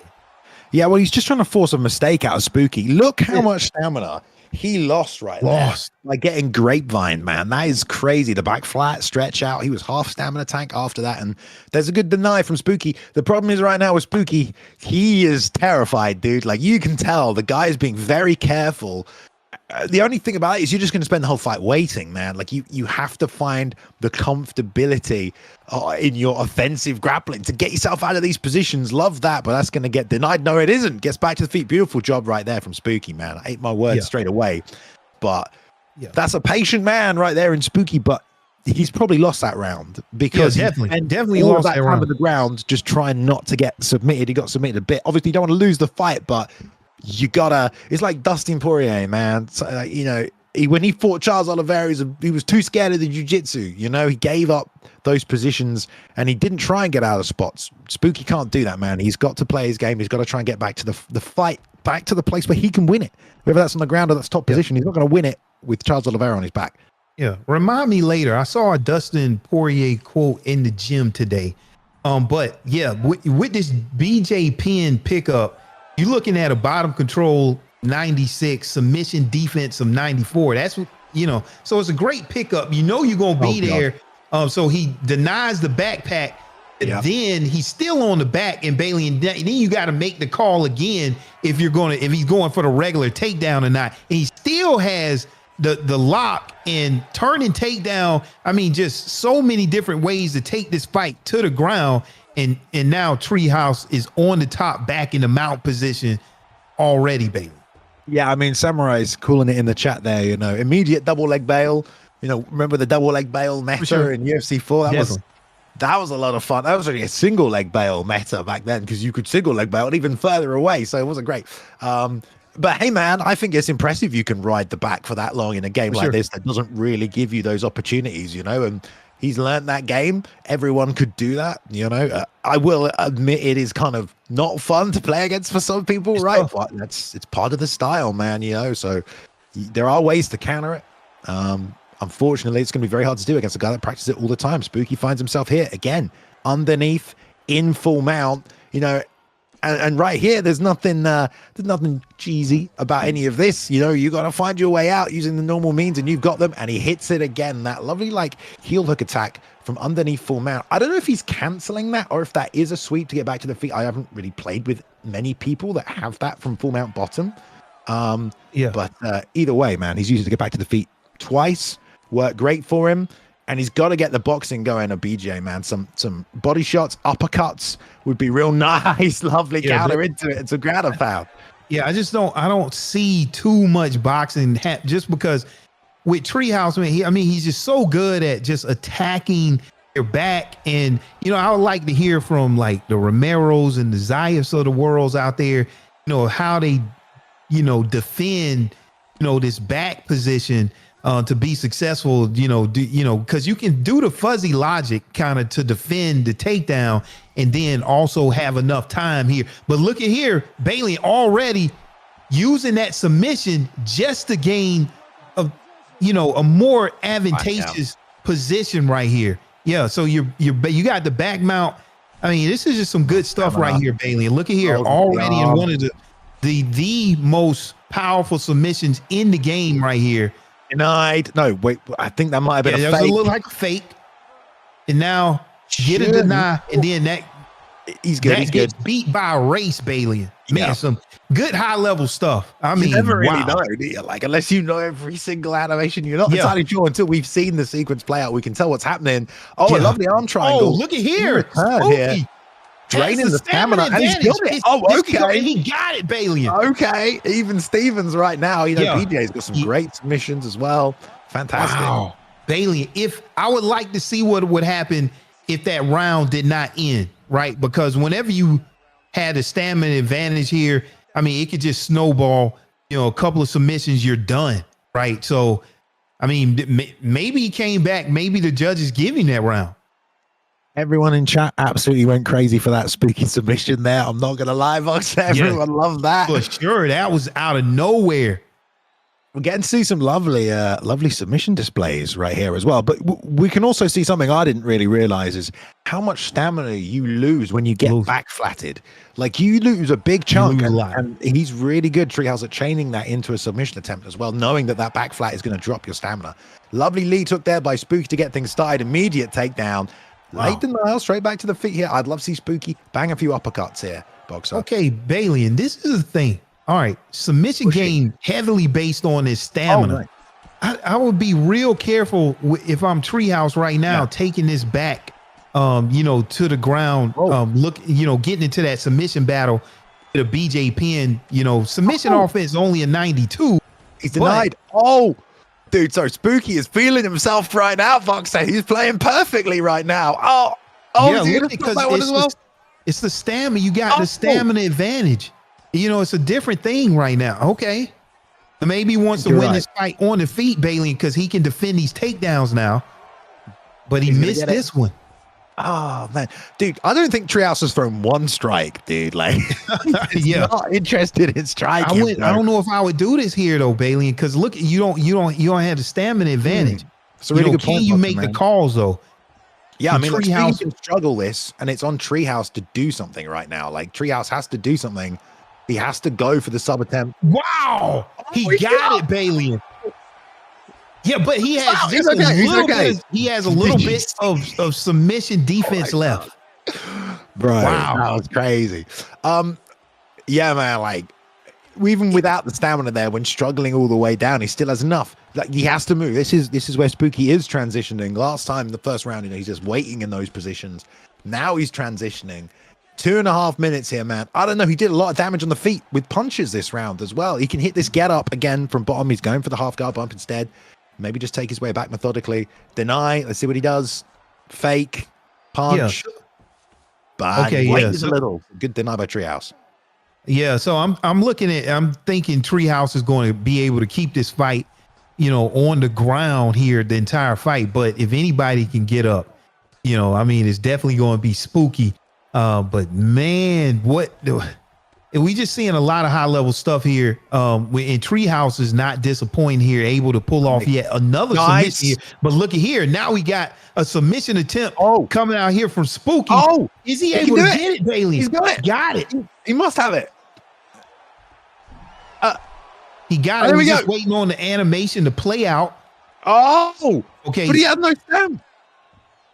Man. Damn, dude, I reckon he missed the window by a second. Because it looked like there was really tough to call. Now, this 30 seconds can, determine who's going to win or lose, especially if they get in another submission battle here. Last 15 seconds, still enough to pull it out. Let's see what Treehouse does. I really thought he had that, but I guess he just waited a little bit on initiating the final submission, right? I mean, he drained that stamina all the way down. There must have been a small slither left that we couldn't see. Let's see what the judges say. I would have loved to see this go a 5-round fight. Great fight, man. I mean, it is kind of crazy that Treehouse is literally playing the jiu-jitsu version of this game. Like, he's not throwing punches. Yeah, not even like interested whatsoever. 2000s. Oh my god. It was very back and forth though. Like, it wasn't complete dominance, which made it entertaining. Look at this. What is this animation? This isn't is that it? No. Okay. Wait, Herbie, dude. I mean, look, there was some damage done in that third round. It's a split decision. Okay. Yeah, I see both there. I can't hear. Have we had volume on these fights on all of them? I don't. Okay, we should be fine. The winner is. Wow, Treehouse. Let's get the other way. Done. I mean, that's fair. I mean, Treehouse was in control there. Oh man, I mean, Bailey, whenever you're calling this now, different from UFC 4, where you can obviously see who's winning. I'm looking at the stamina to tell if somebody had a successful fake or if they had a transition denial in that submission game. Talking to Romero, you now have to deny late because you need to verify if somebody is faking or not. And that gives you a very small window to either call someone's fake and do not transition block it, or go for the transition block if they're in that transition animation too long. It's some high levels, and that's the game that they were playing all game, Bailey. Yeah, it was a great fight, man. Came down to that final submission there, man. I mean, I thought he had it. I thought he had it locked in, dude. Like, he was waiting, like you said. I love the struggle mechanic, man. He just, forces guys to do something. Yeah, like shit, I gotta do something, man. Man, all right. Good job, both of those, Spooky and Treehouse. Great fight. Yeah, it was a good fight to mix things up during this show today. But all right, let's keep moving. Still, we're on fight number 7, so we've got 7, 8, 9, 10, 11. 4 fights left for you guys this evening. All right, thank you for joining us so far. Hope you're all enjoying yourselves. Great matchup again here, man. It's kind of only getting better from here, Boxer. So let's go back to welterweight, where we have 11 Bravo taking on TK's Cryptic's Boxer. Great matchup. Okay, 11 Bravo, calculated pressure, counter striker, suffocating top game, submission artist. Okay, he joined the community and quickly won championships in the UFL and other small leagues. Lost in the UFC, in the ESFL, but he's been top tier in UFC 4, reaching number 2 in the ESFL. So 11 Bravo gets it done. Cryptic, methodical pressure fighter, likes to break down opponents, mixes grappling with striking.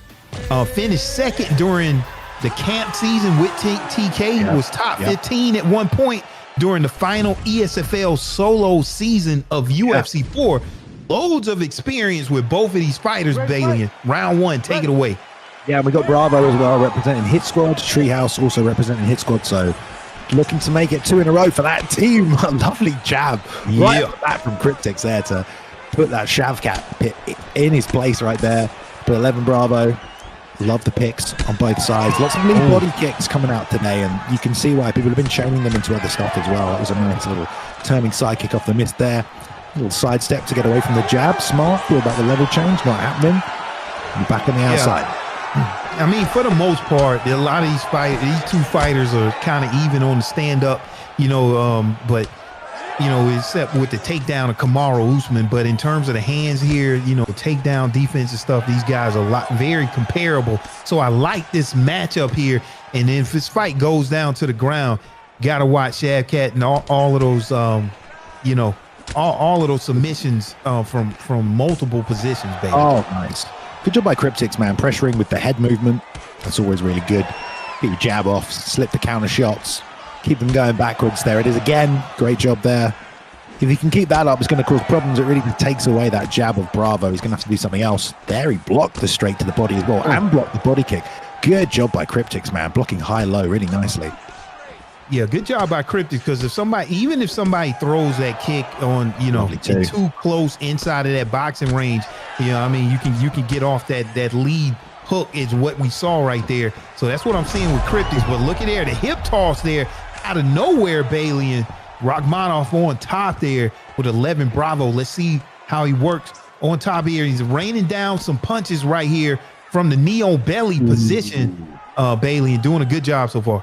I thought he was going to get right back up there. Cryptic's looking real good there, man. He had a little step back, straight lead hook as well. But yeah, when they went to that clinch position, I think Cryptic's went to swim to take the over under to counter the position. And at the same time, 11 just hit that hip toss. It was great work. So top position.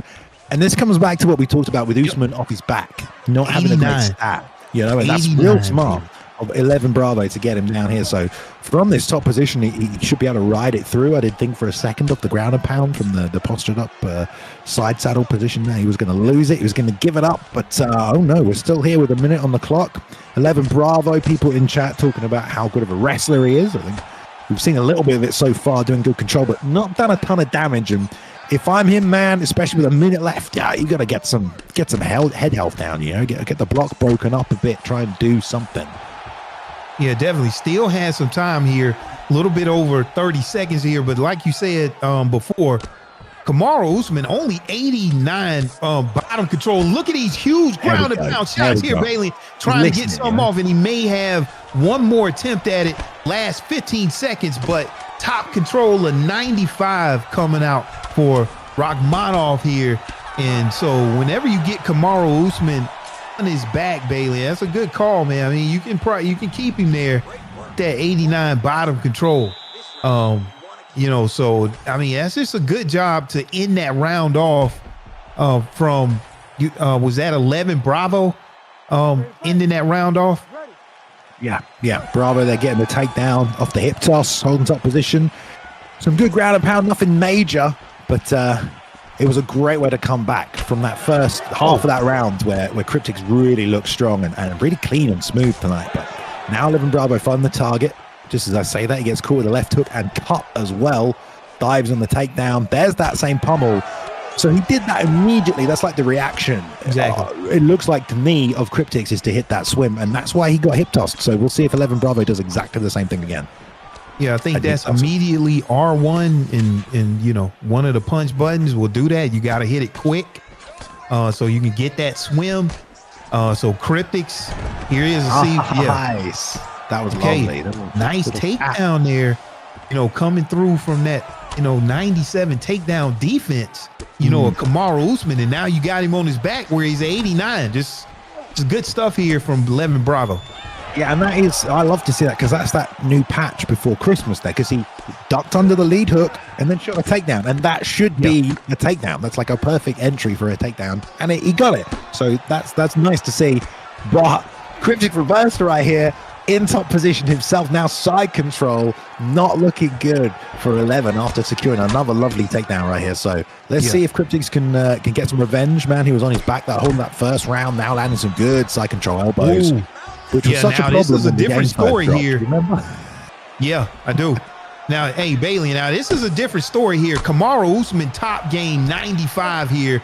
Rachmaninoff 92, not as big as a difference as the other way around here. But man, that 95 Kamaru Usman transition blocks are easy to get with Kamaru Usman. He is controlling this fight here, Bailey, and landing some huge strikes here in that crucifix position, doing some nasty damage, Bailey. A huge moment in this fight right here for Cryptic, turning things around. Dude, splitting him open. Woo! Right there. And it's interesting for 11 Bravo because you do have that power get up now, right? Exactly. That's why they put it in the game, but not using it, taking some damage.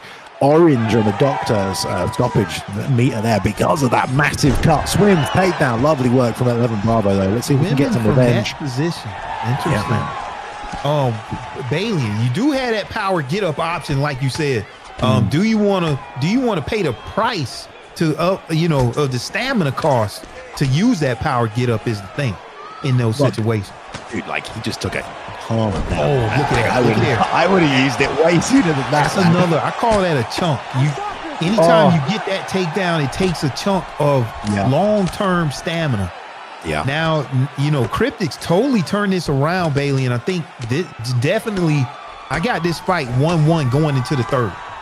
Yeah, I think so. I mean, there was some good. Honestly, that first round was pretty close. I'm not entirely sure who won that first round because Cryptic did a lot of damage on the feet. Didn't rock him or anything though, so it's kind of hard to tell. But yeah, second round definitely with Cryptic. Doesn't matter. We're going for a third now anyway. Cryptic could get the finish here if he can land some good combinations. There's that lovely treetop takedown right there. Beautiful stuff. Drain the stamina, like you said. He's already taken chunks off that stamina with all those denies from top crucifix there when 11 was trying to get out from the bottom. So here we go, third and final round between these two. Close fight so far. Chat's saying 1-1 as well. Yeah, 1-1. I'm looking at who gets this takedown here and who can control this fight.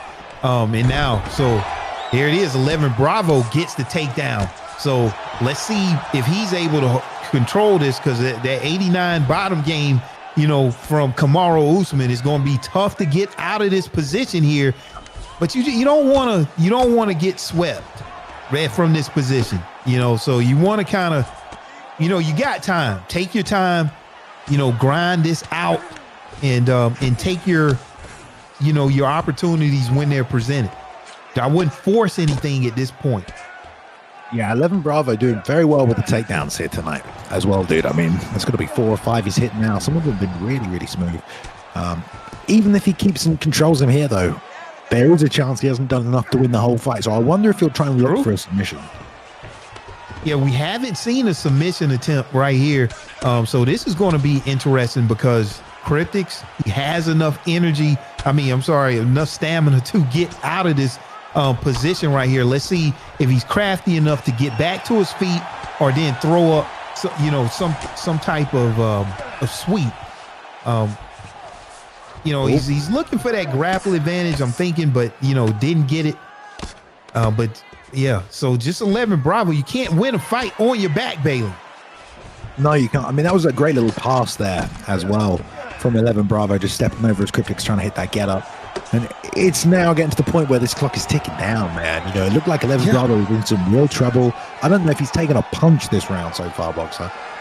Yeah, that's what I was thinking. Whoever gets this takedown and whoever's able to control, you're past the halfway point of the third and final round. You've been on the back the entire time. You're scoring. You're getting scored on. It's going to be tough at this point for Cryptic to get the third round. But like you said, Bailey says, that maybe Cryptic has done enough. You never know. Okay, he forces the get up. If he can get a rock. Oh, dude, he threw him right there, man. What a lovely bodyline takedown. Huge takedown. Broke the camera doing that. On top position one more time here for 11 Bravo. Surely this, again, must be like the 5th decision tonight. We've had a few go through. Not many finishes here this evening. But 11 Bravo riding it through. We're going to think possibly he's got this in the bag. Yeah, do you think 11 Bravo has done enough to win the fight even if he wins the third round? I think so now, yeah. I mean, that first round was close, Yeah. But this could be a 10-8 round, dude. What has Cryptic done, man? I mean, he's landed a few shots off his back, but he didn't do anything that round, man. Completely controlled. You're right. So I hope it's not a 10-8. I've seen some crazy judges' decisions. I'm telling you, Bailey. I've seen it. Did he just win? I told you, man. I told you that first round, dude. There's only those scorecards, dude. Hey, I told you that first round, man. He was landing a lot of good, clean combinations in that first round. Yeah. Overall, significant strike advantage as well. Second round, obviously, that was clearly a Cryptic's round. I don't think there was any kind of. I would love to see the actual scorecards. Yeah, one significant strike right there. So round one, we do have more significant strikes on the side of 11 Bravo, but 30-27 one judge. Wow, dude. Okay, whoa, come on, dude. And it was that first round, How can they give him the third round? That is insane. There is no way that any judge should be scoring that third round for. I've seen it. I don't know. Right, I'm telling you. Yeah. That happened, dude. He did nothing. Yeah. He didn't land a single strike in that third round. How does he win that third round? So, yeah, D-Marts of the world, you know, yeah, man, look into it. That's all I got to say, man. Let's look into it. I'm telling you, it might be something there. I've seen that also. What the hell? Because if you're if you're Bravo in that situation, that's how he was playing, you know, thinking that he had that fight, you know, in the bag if it went to the judges' scorecards. I don't see it, Bailey. We said it right. You can't win a fight on your back. Well, he just did it. Baz Rutten won the heavyweight championship off his back, you know, back in the day. That, you know, it's considered a robbery by a lot of people though as well. All right, that's insane. Dude. Like, to be fair, like, I don't think that Cryptic's winning is insane. I think he did really well in that first round. He landed some really nice clean shots, but the third round, no one should be giving him that third round. All right, let's move on. We'll see what Z thinks of that one. Next up, right, fight number 8. We got a couple left for you here tonight as well. So let's go to lightweight and two great competitors right here. We've got one from No Mercy and one from Team Dark, Host Ninja. And he's taking on Smudger right here. Should be a good time. Okay. Now, if you're coming out of the dark camp, that means that you're absolute one of the best fighters in the entire world. So we got Host Ninja, top 2 ranked in season 1, world class everywhere, dangerous, grappling, sneaky, counters, has everything. I'm looking for a lot, you know, but he's fighting a very dangerous, No Mercy Smudger, primetime PS5 champ, PT PS5 champ, and self-proclaimed GOAT of the PT's PlayStation division. Okay. All right. Well-rounded, calculated striker. Bailey, round 1, take it away. What are we seeing early? I like the Volk pick from Smudger right here. We got no audio on the fight for this one, guys. Sorry about that. Lovely head movement on the inside. Oh, that was clean. Oh, that was beautiful. Head movement entry, 3-piece combo, then a head movement exit. That was nice from Smudger. Yeah, I mean, both of these fighters 5-star. They can do everything. The only thing that, you know, you got to watch out for that reach advantage here of Volk up here in this, you know, weight division. But other than that, yeah, both fighters 5-star can do everything. Let's see Host Ninja able to catch that, take his opponent straight to the cage. Lovely. Didn't get the takedown there. But man, what are you seeing early here, Bailey? I mean, first of all, that was a nice response from Host Ninja right there to take the pressure off from Smudger. And I was going to say, man, that lead body kick, I was like, is this UFC 2, man? Everyone's throwing the lead body kick tonight, but great job again. Caught 2 kicks in a row to the body now. So we'll see if that changes up the game plan from Smudger as he moves forward. Obviously, Host Ninja couldn't complete a takedown with it, but he is catching those body kicks. Yeah. Might set up the head kick for Smudger. That'll help. Walk him to the fence, probably. There we go. And he's going to look probably to hit that takedown. Takes the back. What's draining that stamina, Bailey? We're round 1. A lot of stamina already from Host Ninja. He's caught kicks. I missed that. So if you try and take people down off kick catches and they deny it, you lose tons of long-term stamina. Yeah, and it sucks because it's like, you tried to kick me, I caught it. I should get some kind of advantage, but it ends up you losing a bunch of stamina. Like, it kind of sucks. That's a lot, Bailey, and that's dangerous here. That's going to play into this fight. We'll see how that's a lot of stamina already early. Yeah. Head kick coming up right there. I mean, that looked difficult for Volk to get his leg up there, right there. Almost another takedown from that clinch position, but all these takedown defenses, man, that's what's draining the stamina so far from Host Ninja. Left hand right there. I would like to see Host go forward a little bit. This is another case of what we saw earlier where Smudger's forcing this into like a brawling fight, right? On the inside, and that is not where Ninja wants to be. He wants to snap those long straight punches and be able to crack that straight left and follow up with kicks to the body. So Smudger doing a good job faking these shots as well, just to close the space to get that a little bit closer. Yeah, you can. Yeah, and in this weight class, especially with Makhachev, you need to be on the outside, facing Volk here because you can get him to whiff. But Smudger doing a good job at closing that space in that brawler range and then landing Body kick, yeah. those body Nice. uppercuts, Bailey, and already doing a lot of damage there. Host Ninja, just a great. And here we go, Bailey. Same thing again. You catch the kick there. This time he didn't go for the takedown and went for the head kick, Bailey.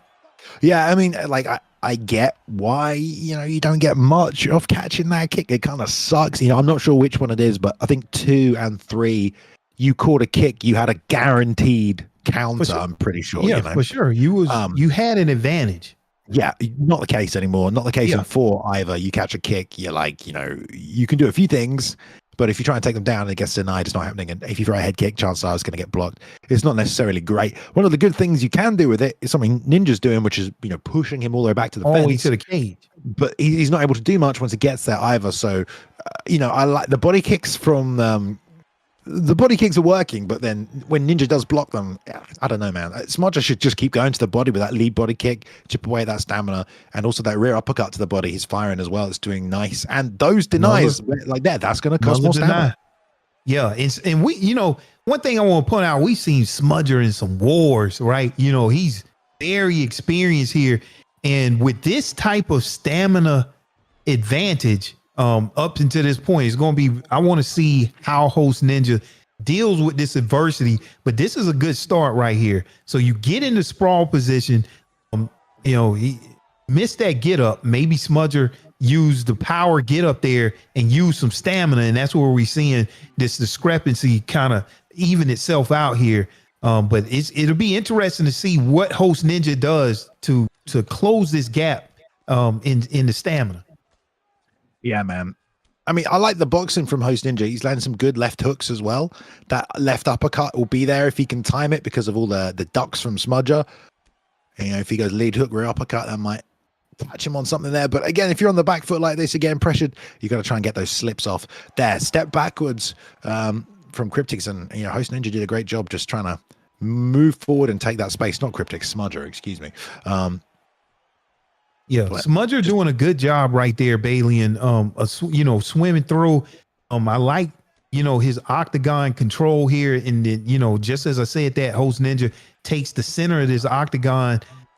You know, he lands some good strikes right here, but this could go either way. Not sure who won that first round. They really hadn't made any huge separation here in the second round. I mean, Bailey, this was a huge fight. Very technical, you know, exchanges here, but I'm not sure who's up. I mean, I like that Host Ninja's now defensively off the back foot, doing a really good job. Like he's clinching on these misses from Smudger. He's not. Oh, what a head kick! And the rock as well. He's backing straight up. Loads of uppercuts firing out there, but Host Ninja able to survive out of nowhere, though, as if he needed to do anything else to steal the round. He got that head kick up there. Yeah, that was a great time head kick from Smudger. And I mean, man, Smudger, you know, if this wins him the round, I don't, you know, maybe he won round one. You just never know how that's going to go. And going for another takedown here, get denied. You know, you working on that stamina. Oh, lovely. He's doubled those body shots as well off the pull counter. He's done that earlier on in round one. At this point, though, Boxer, do you keep attacking the gas tank and the stamina, or are you doing that to set up your headshots? Because, you know, it's a 3-round fight. I don't think the stamina is going to play into it that much when it's kind of this even.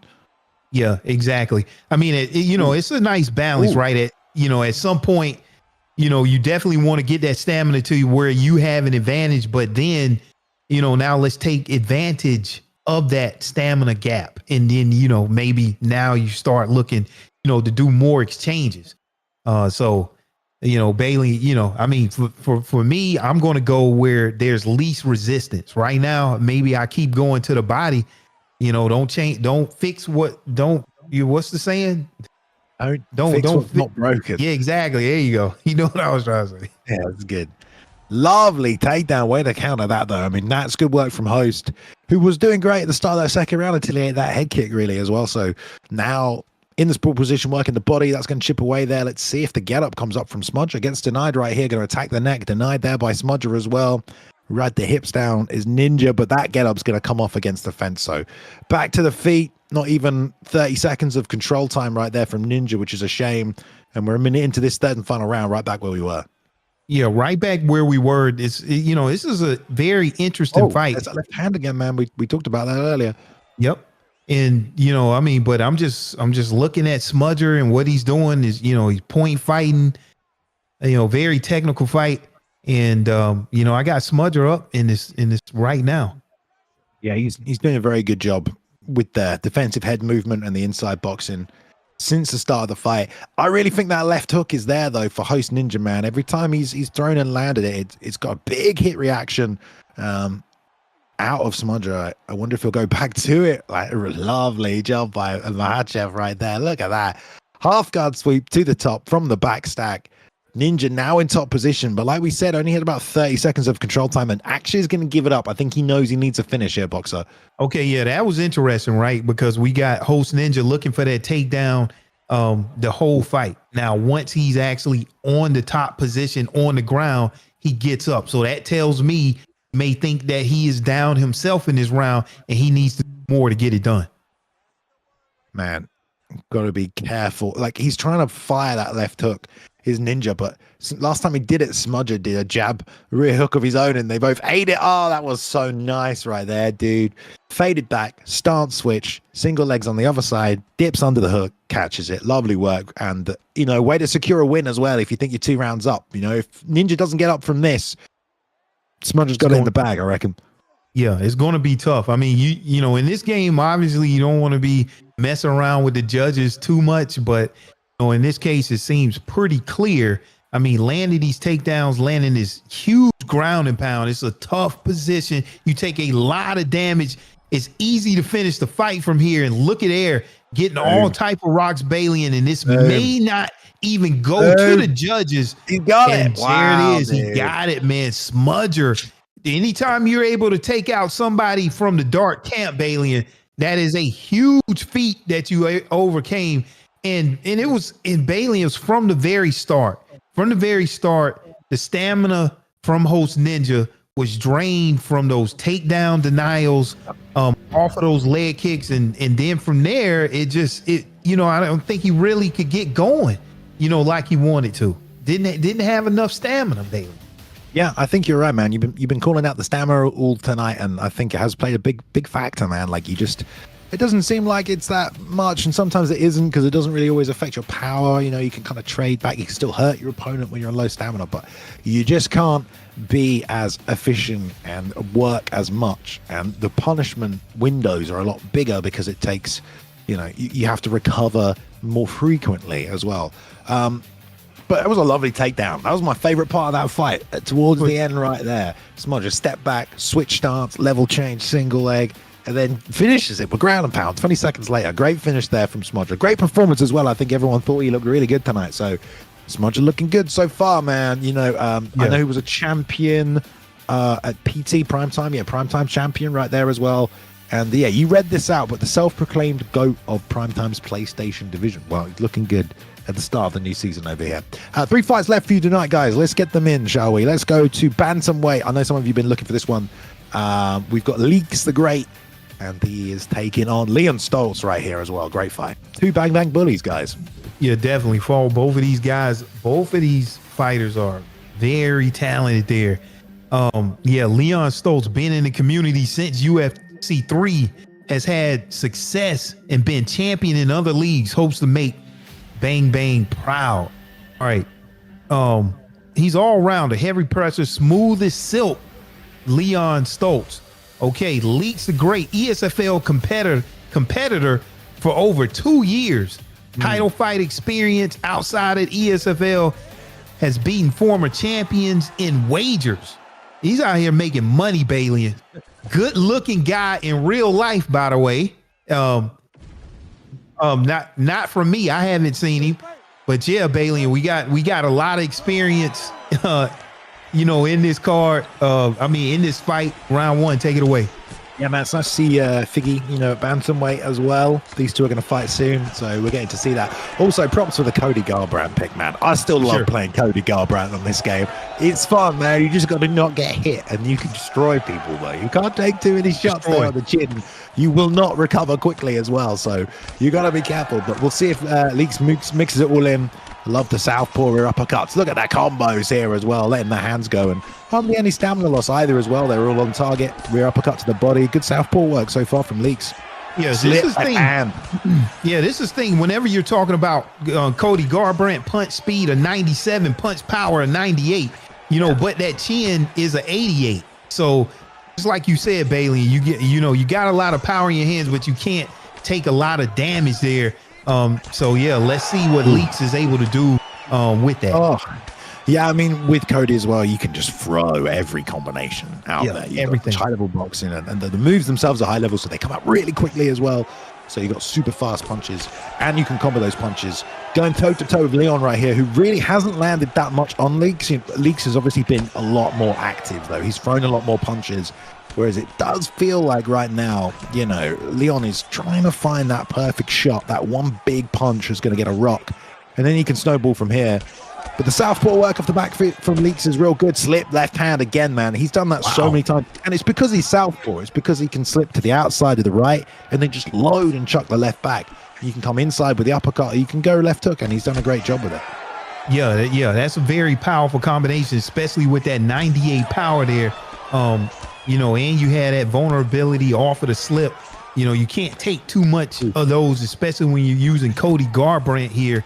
So let's see what Leon is able to do, return a combination of his own. But look at these combinations coming out from Leaks, man, doing a good job so far, baby. Yeah, you can tell Leon's really methodical. Like he doesn't throw anything unless he thinks it's going to land. It's a very technical, very sim-like style almost. Got smashed there by a straight left as he threw an outside leg kick, though. That set it up. You see what he's trying to do, but that straight left came down the middle, especially southpaw orthodox. You've got to be careful of that. Rear hand piping you while you're throwing them leg kicks blind, and he got caught there. That will snowball through to some more damage as well. Block, getting broken down, trying to fire back left to right. Uppercut came in, and then a roll underneath, but no counter shot came back. He could have fired off an extra shot there maybe as well. And again, that leg kick getting him to trouble. Yeah, it's tough to stand with Cody Garbrandt. I mean, Bailey, do you look for a takedown?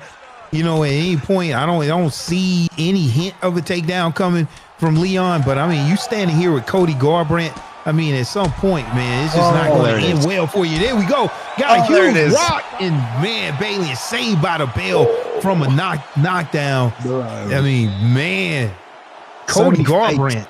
Huh? There were so many fakes before that came out there. I'm just watching it back on the broadcast. It's like a fake left hand, fake overhand, step, and then boom on the way back. Love that left hook there, just slipping that right to the outside. We'll see it. The pull counter.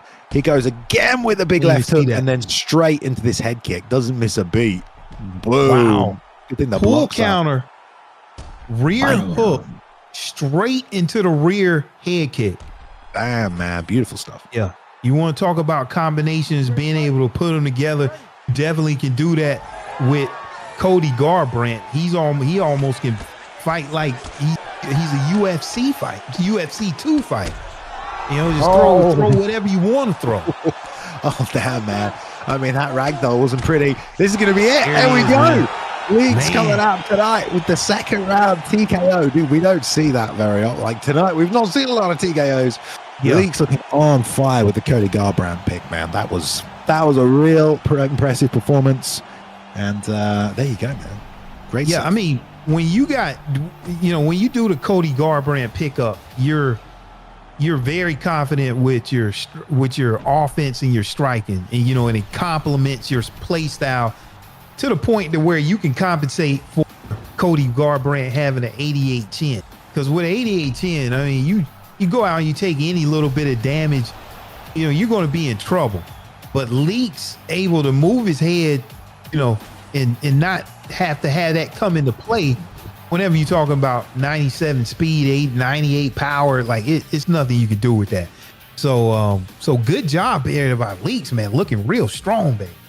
Yeah, I mean, it was good respect shown in the chat as well between these two guys, both in the chat, congratulating each other afterwards. Good technical kickboxing fight right there. But yeah, Leaks looked locked in.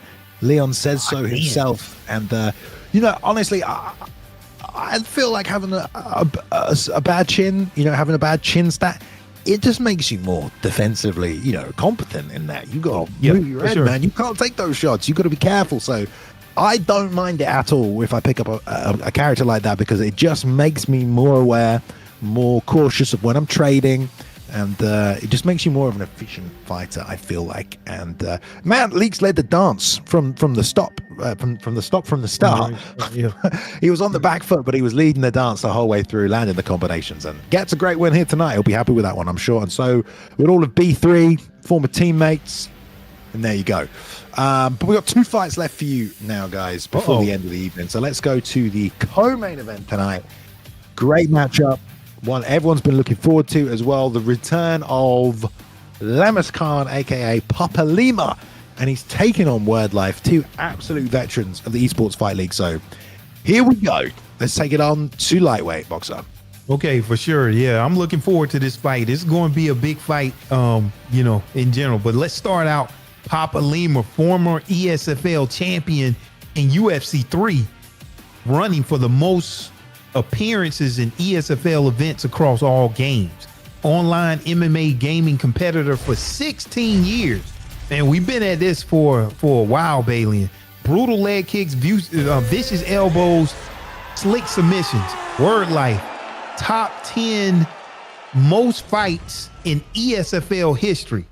Man, Wordlife is a true veteran, of the sport. And this is going to be a huge fight here from Wordlife if he can beat PapaLemur. Let's see what Wordlife has. This is going to be a good fight, Bailey. In round 1, let's go. Yeah, I love that southpaw combination right now. Wordlife drilling that straight left to start things off.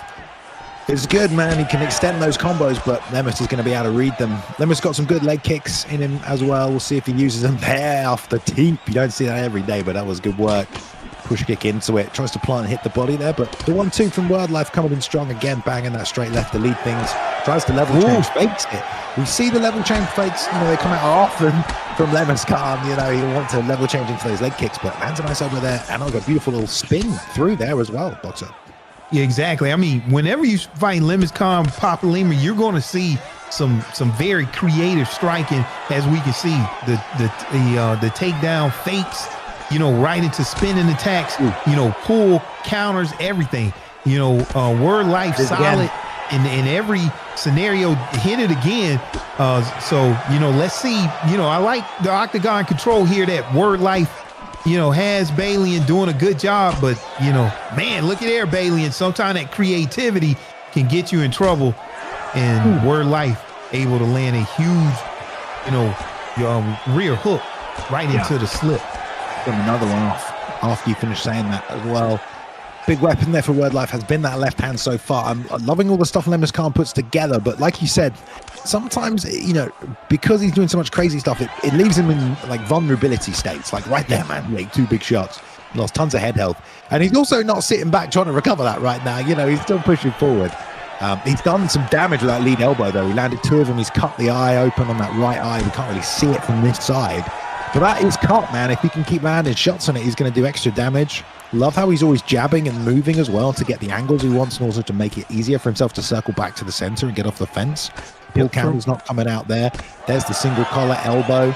We'll see if there's that level change fake into another one right there. I'm sure he wants to combo through. There it is. Elbow off the spin. Lovely work. And he's working all these elbows on the same side here, Boxer, as well. It might seem a bit chaotic, but he's hitting that same side every time with the elbow.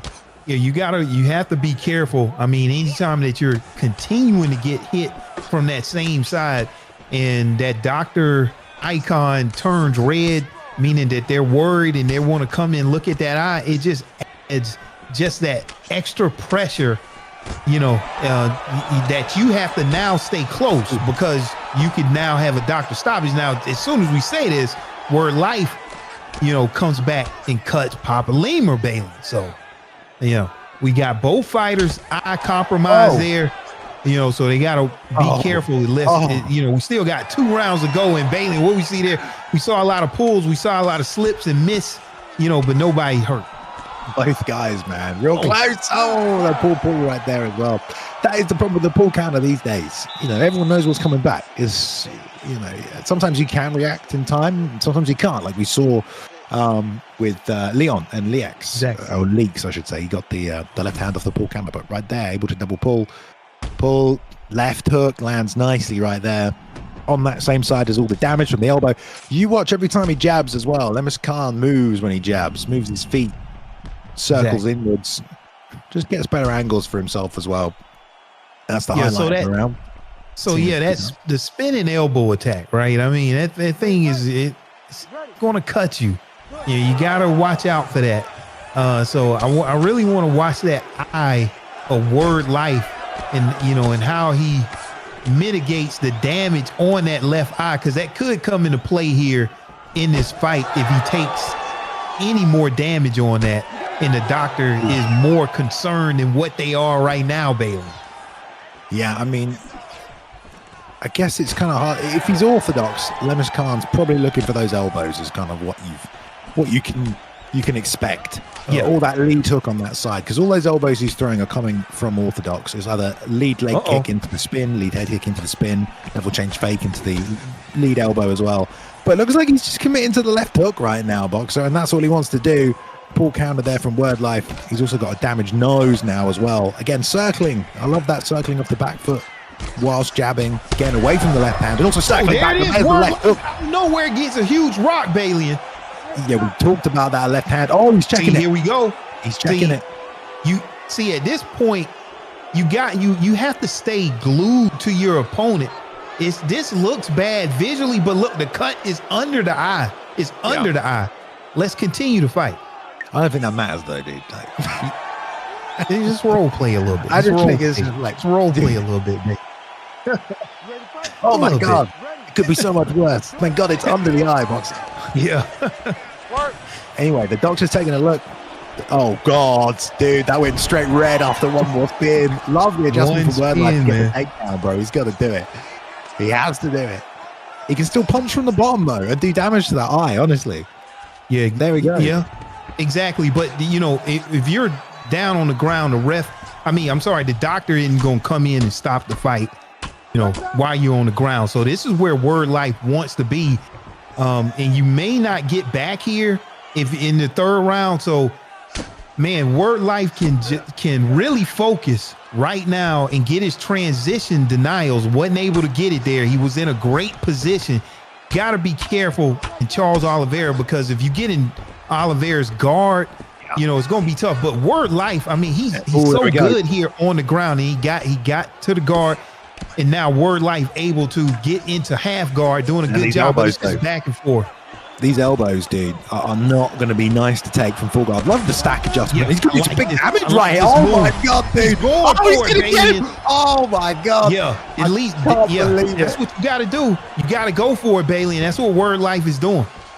Jesus, dude. We've seen, the leg kicks a little bit from Lima. On his player card, we've got vicious brutal leg kicks. We've seen a bit of it. Vicious elbows, we've seen them, and then slick submissions. So prepare for submissions from Lima, and he's Oliveiring, so we might see them foot on the hip. Shame he couldn't get that, the full guard. Let's see if another stack comes out as well, because that was super dangerous. Nice deny there from Wordlife as well. No fake there from Lemus. Okay, so if you're PapaLemur, you had a great round one. You never know. I can't call it out of, I couldn't say how the judges is going to even score this round, right? So I don't know if Wordlife is doing enough right here, but man, this fight is over, baby. There we go, dude. Winning huge knockout against PapaLemur, Bailey. And so this is a next level of competition in terms of win for Wordlife here in the ESFL. Bailey, it's a huge deal for Wordlife. Yeah, man. Listen, I love PapaLemur's fight style, but this is what we see sometimes from Lima, man. He'll start off really well and he'll do loads of damage, but he just can't always find the way to cross the finish line, man. And Wordlife was getting messed up in that fight. His eye was a mess. People in chat were talking about the eye right there. And he did what he had to do, man. He took him down. And he just started unloading that ground and pound. There's lots of different ways to play the ground game. You open yourself up to sweeps and stuff if you unload, but at the same time, when you've got Makhachev, you can do so much damage. with postured up ground and pound in this game. And we saw that it took him two postures to finish it. That was basically it. He TKO'd him after that, and he did tons of damage, and he just wasn't able to find a way out from the bottom. I mean, that was looking for the subs as well. The foot on the hips from that he wasn't faking that there, I guess, and that got the pass to half guard, which ultimately cost him there because that's where the posture up came from. So it's tough, man, but great job by Wordlife. What a way to bounce back, man. What a way to come back in that fight and adapt and change the game plan. For sure, man. Wordlife, in terms of just something flashy and on the feet, you're not going to see that, but he's very safe and effective. And then, when you go to the ground, in terms of transition denial, I play Wordlife and I'm looking over my shoulder. I'm like, are you in the room? Like he block everything, and that's what we saw, man. Wordlife doing good. Good win. Great fight. All right. It's time for the main event of the evening. Everybody, thanks for hanging out with us tonight so far. First PlayStation card of the brand new season of UFC 5. If you've enjoyed this, every Sunday, 2 p.m. CT, will be here. Xbox, then PlayStation. Xbox, then PlayStation. Week 1 of PlayStation right here. We've had some great fights. Main event tonight, the two guys showcasing this opening to the season. We've got PapaDoc, one of the legends of the ESFL, taking on a relative newcomer to the competitive scene entirely. A guy that started playing in 2022, and he's here. Main event ESFL, wants to go for a title. He's also put 100,000 channel points on himself to win, and is asking everyone else to put points on PapaDoc just so he gets a bigger payout because of the underdogs. But we've got B3, I'm the GOAT, taking on PapaDoc right now in the main event at lightweight. Let's go, boxer. Yeah, so I mean, PapaDoc, we know he's accomplished everything in this sport. He's a head kick specialist. Renowned head kick KO artist, world-class grappling. You don't want to go to the ground against PapaDoc. He won ESFL and UFC esports title with grappling game plans and pressure striking. Now with the GOAT, relatively new, like we said, he picked up UFC 4 just in 2022, and within a year had become primetime champion, and countless other leagues. He doesn't watch tape on any of his opponents. He just comes in here and gets the job done, Balian. So let's see this newcomer, I'm the GOAT, and what he has to offer against what some of the best of the sport has to offer in PapaDoc here. Round 1, Balian, let's go. Man, PapaDoc right now landing some great combinations with the boxing. GOAT taking his time, looking a little defensive off the back foot, giving up ground, keeping the block high, eating a few shots to the left hand. He ate an uppercut earlier. Nice level change fake. Tries to come over with his own left hand. Lovely teep kick off the back foot as well. Some nice space created. If PapaDoc is just going to box as well, those kicks will come in handy, but love the catch pick, push him to the fence, more space to land those combos with Poirier. One thing about Poirier as well, he can go 5 rounds, like no problem. You will recover well. You will get stamina back. Ankle pick, perfect timing. Right there. That was nice. As he came in, Balian. Wow. I was just getting ready to say, I like what PapaDoc did there. Off of the leg kick catch, he used that just to get his octagon position, backing his opponent up beyond the black line there. But, now we just saw a perfectly timed ankle pick as you're coming in. You usually see that ankle pick as someone is backing up, Balian.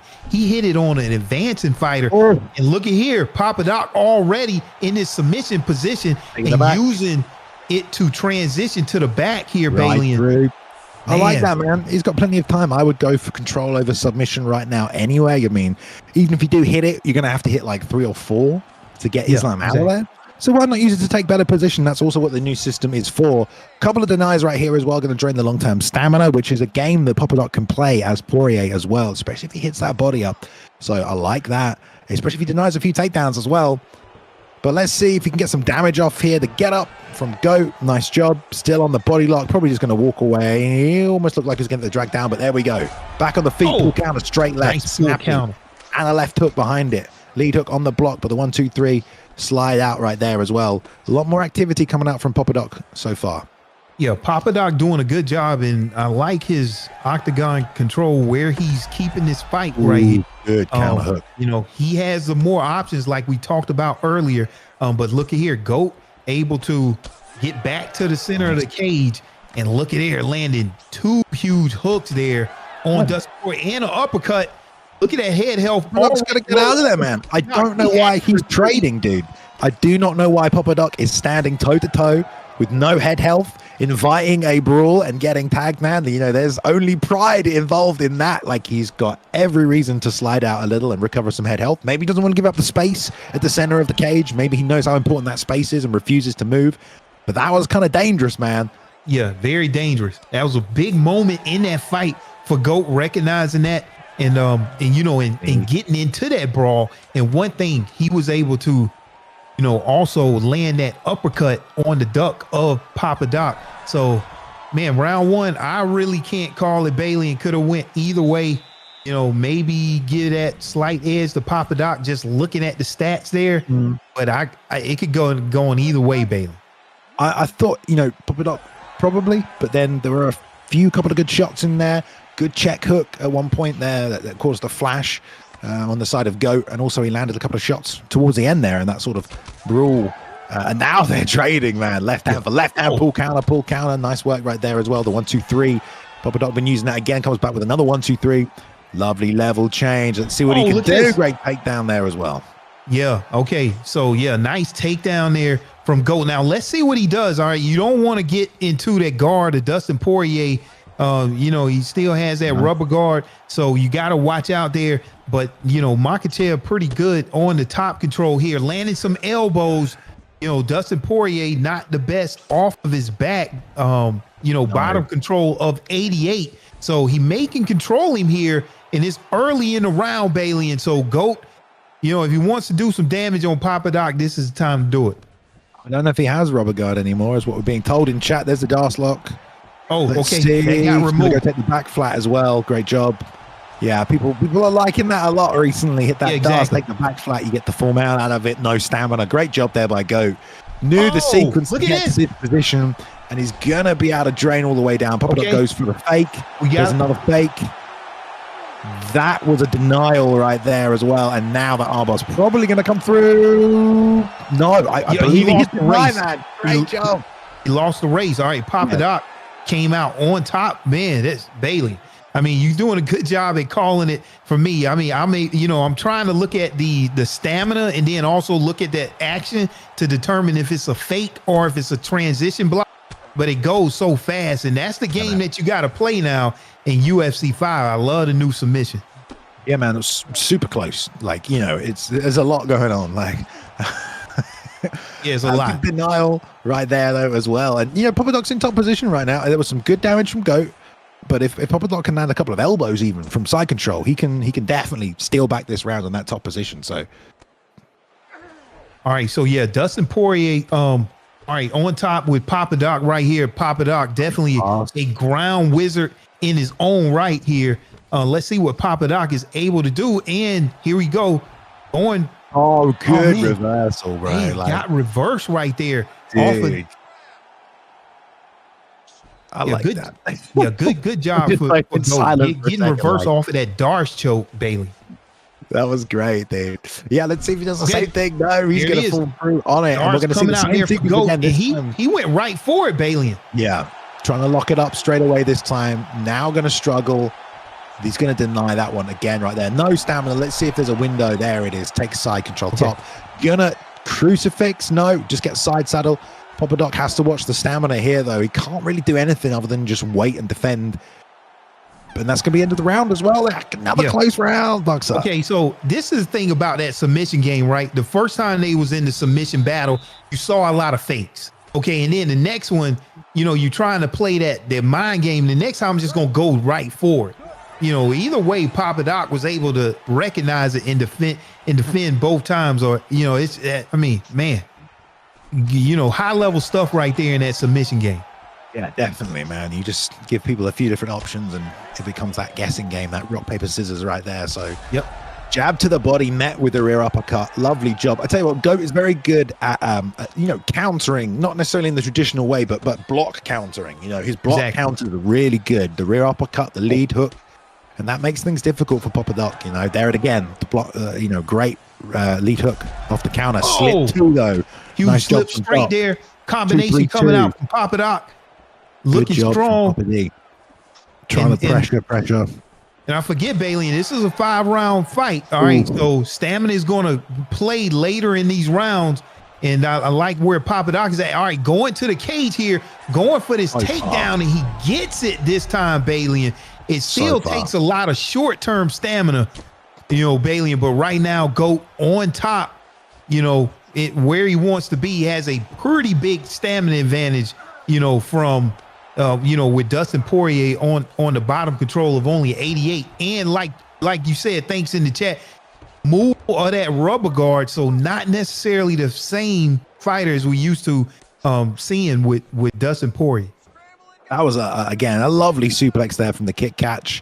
This is, both guys are good when both guys are low stamina and still like trying to fight through these positions. You talked about the stamina though. I mentioned it at the start as well. If PapaDoc could invest in the body attacks, hasn't really had a chance, but we're already seeing the stamina play in the favor of Papa D, which is going to make those submissions even harder, but it's not necessarily all about the stamina. Huge elbow. That was a great elbow. Now got to cover up. Now going for the armbar one more time. Throws the leg over. Immediate, I don't know if that was a denial. It's kind of hard to tell sometimes. There we go. You got to go for it. Okay, so he gets it. All he needs is one more Balian, and he may be able to get the submission. Let's see if the most dangerous part, because you're still low on stamina. The double up from no time to recover, and all you have to do is go straight for the submission, and it's done. That's it. That's got to be it right there. 100%. We're gonna get a tap. There we go. That double sub chain from GOAT of MMA. Using those submissions, like of all the stats we pointed out, elite submissions was the #1. He kept that part of the game plan. It is really dangerous when you get subbed once and people can just attack straight away again. Like you have to be so careful.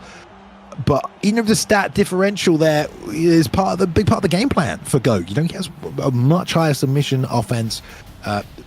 Poirier's submission defense is okay. It's not amazing, but so we got a submission offense of 94 for Islam.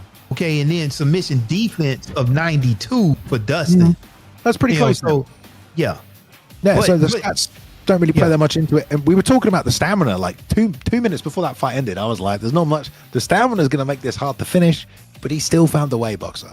Wow, man. I mean, GOAT, man. I mean, so we, I didn't get a chance to talk about it, right? But this is a competitor that just picked up the game. And I think I was talking about it with production for, the whole thing. The entire community as a whole, in terms of just, skill, you can get to Division 15 on rank, and they could be just as good as a lot of people in the top 100. And so when you got someone like ImTheGoat coming in, even though he's been playing since 2022, you got a lot of content out there. People know how to play the game. So somebody can just come, all the way from the bottom, straight to the top, and then win an ESFL event against one of the best competitors in ESFL history. I mean, just on some very, technical nuance, new in this game. And that's what we saw with ImTheGoat. Just a great, cerebral fighter and able to get it done. With the new submission game, you got to be real careful, of the submission battles that you engage in, because like you said, Balian, if you get submitted, once, you got to watch your stamina, and if you get put in that position again and you don't get that submission transition block, it's going to be tough to win that battle. And that's what we saw, Balian. Just great job from both of those fighters. I know how tough it is to beat PapaDoc. But what a great technical, main event that we just saw, baby. Yeah, man. I mean, clearly, like Bang Bang's bullies, apart from when two teammates fought each other, Bang Bang's bullies went undefeated tonight. They absolutely smashed.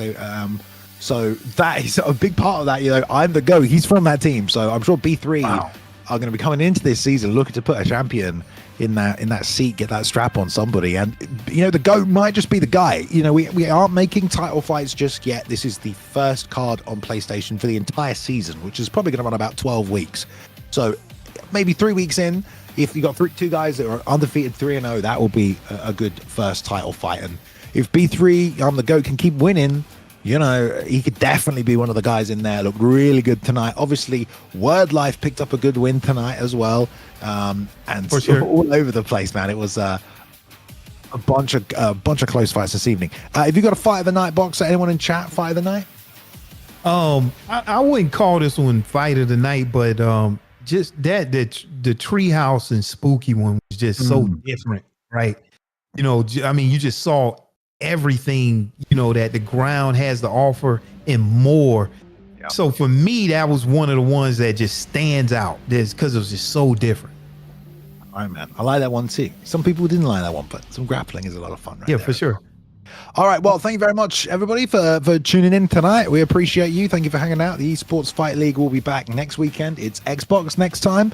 I think it's Bruce Lee, Rob, and Bane, but honestly, it might be me. I'm not sure. I think we're mixing the teams up a little bit. So of the four of us, two of us will be back. PlayStation the week after that, if you only want to keep up to the PlayStation. But go watch both consoles, even if you don't play on it. You know, you're going to learn something either way. You're going to see some good fights. And all of the events already for UFC 5 is up on the YouTube channel for the ESFL YouTube. Previous events, the Vegas live show as well is up on YouTube if you want to watch that as well. Any closing thoughts from you, Boxer? Yeah, I said I was going to revisit this. I saw a quote while I was in the gym. It was a Dustin Poirier quote where, it said, you know, we all fall down, but we get up because the ground is not a place for champions. You know, so if anybody going through stuff, you know, you're down, I saw that.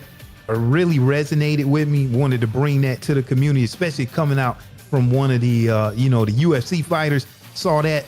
Another thing that I want to say, can we get Boss Man already working on GOAT versus GOAT, graphic? Yeah. Okay, already. I want that graphic to be, man, two GOATs. It's coming already. Let's get Boss Man on that. All right. I love it. All right. Join the Discord, guys. If you want to compete yourself, if you want to look for a team, you want to join one of these fight camps, you want to ask more questions, you just want to join the community, Discord is the best place to do that. The ESFL Discord, our YouTube, obviously, as well. If you watched on YouTube tonight, thank you for watching on YouTube. Twitch, guys, obviously, we had you up tonight. Thank you for all the interaction. You helped make the show better this evening. It's nice to talk to you guys throughout the night. But I've been Balian. That's Boxer over there, not Bruce Lee, Rob. I don't know why I was going to say that. Hey, man, me and Boxer over there as well. And shout out to all the ESFL team bringing you the show every single week. The guys in the back, we've got Boyler, we've got Z in the chat, we've got Feckit running the show for you tonight as well. So thank you for joining, guys. I hope you enjoy it. We will see you next weekend. We are back with Season 1, UFC 5, PlayStation. The show continues. More wins are coming through. Thank you very much, guys. See you next time. Goodbye. First event for UFC 4 with ESFL. Us. My name is Bailey, and thank you for joining us tonight. We have a stacked fight card for you this evening.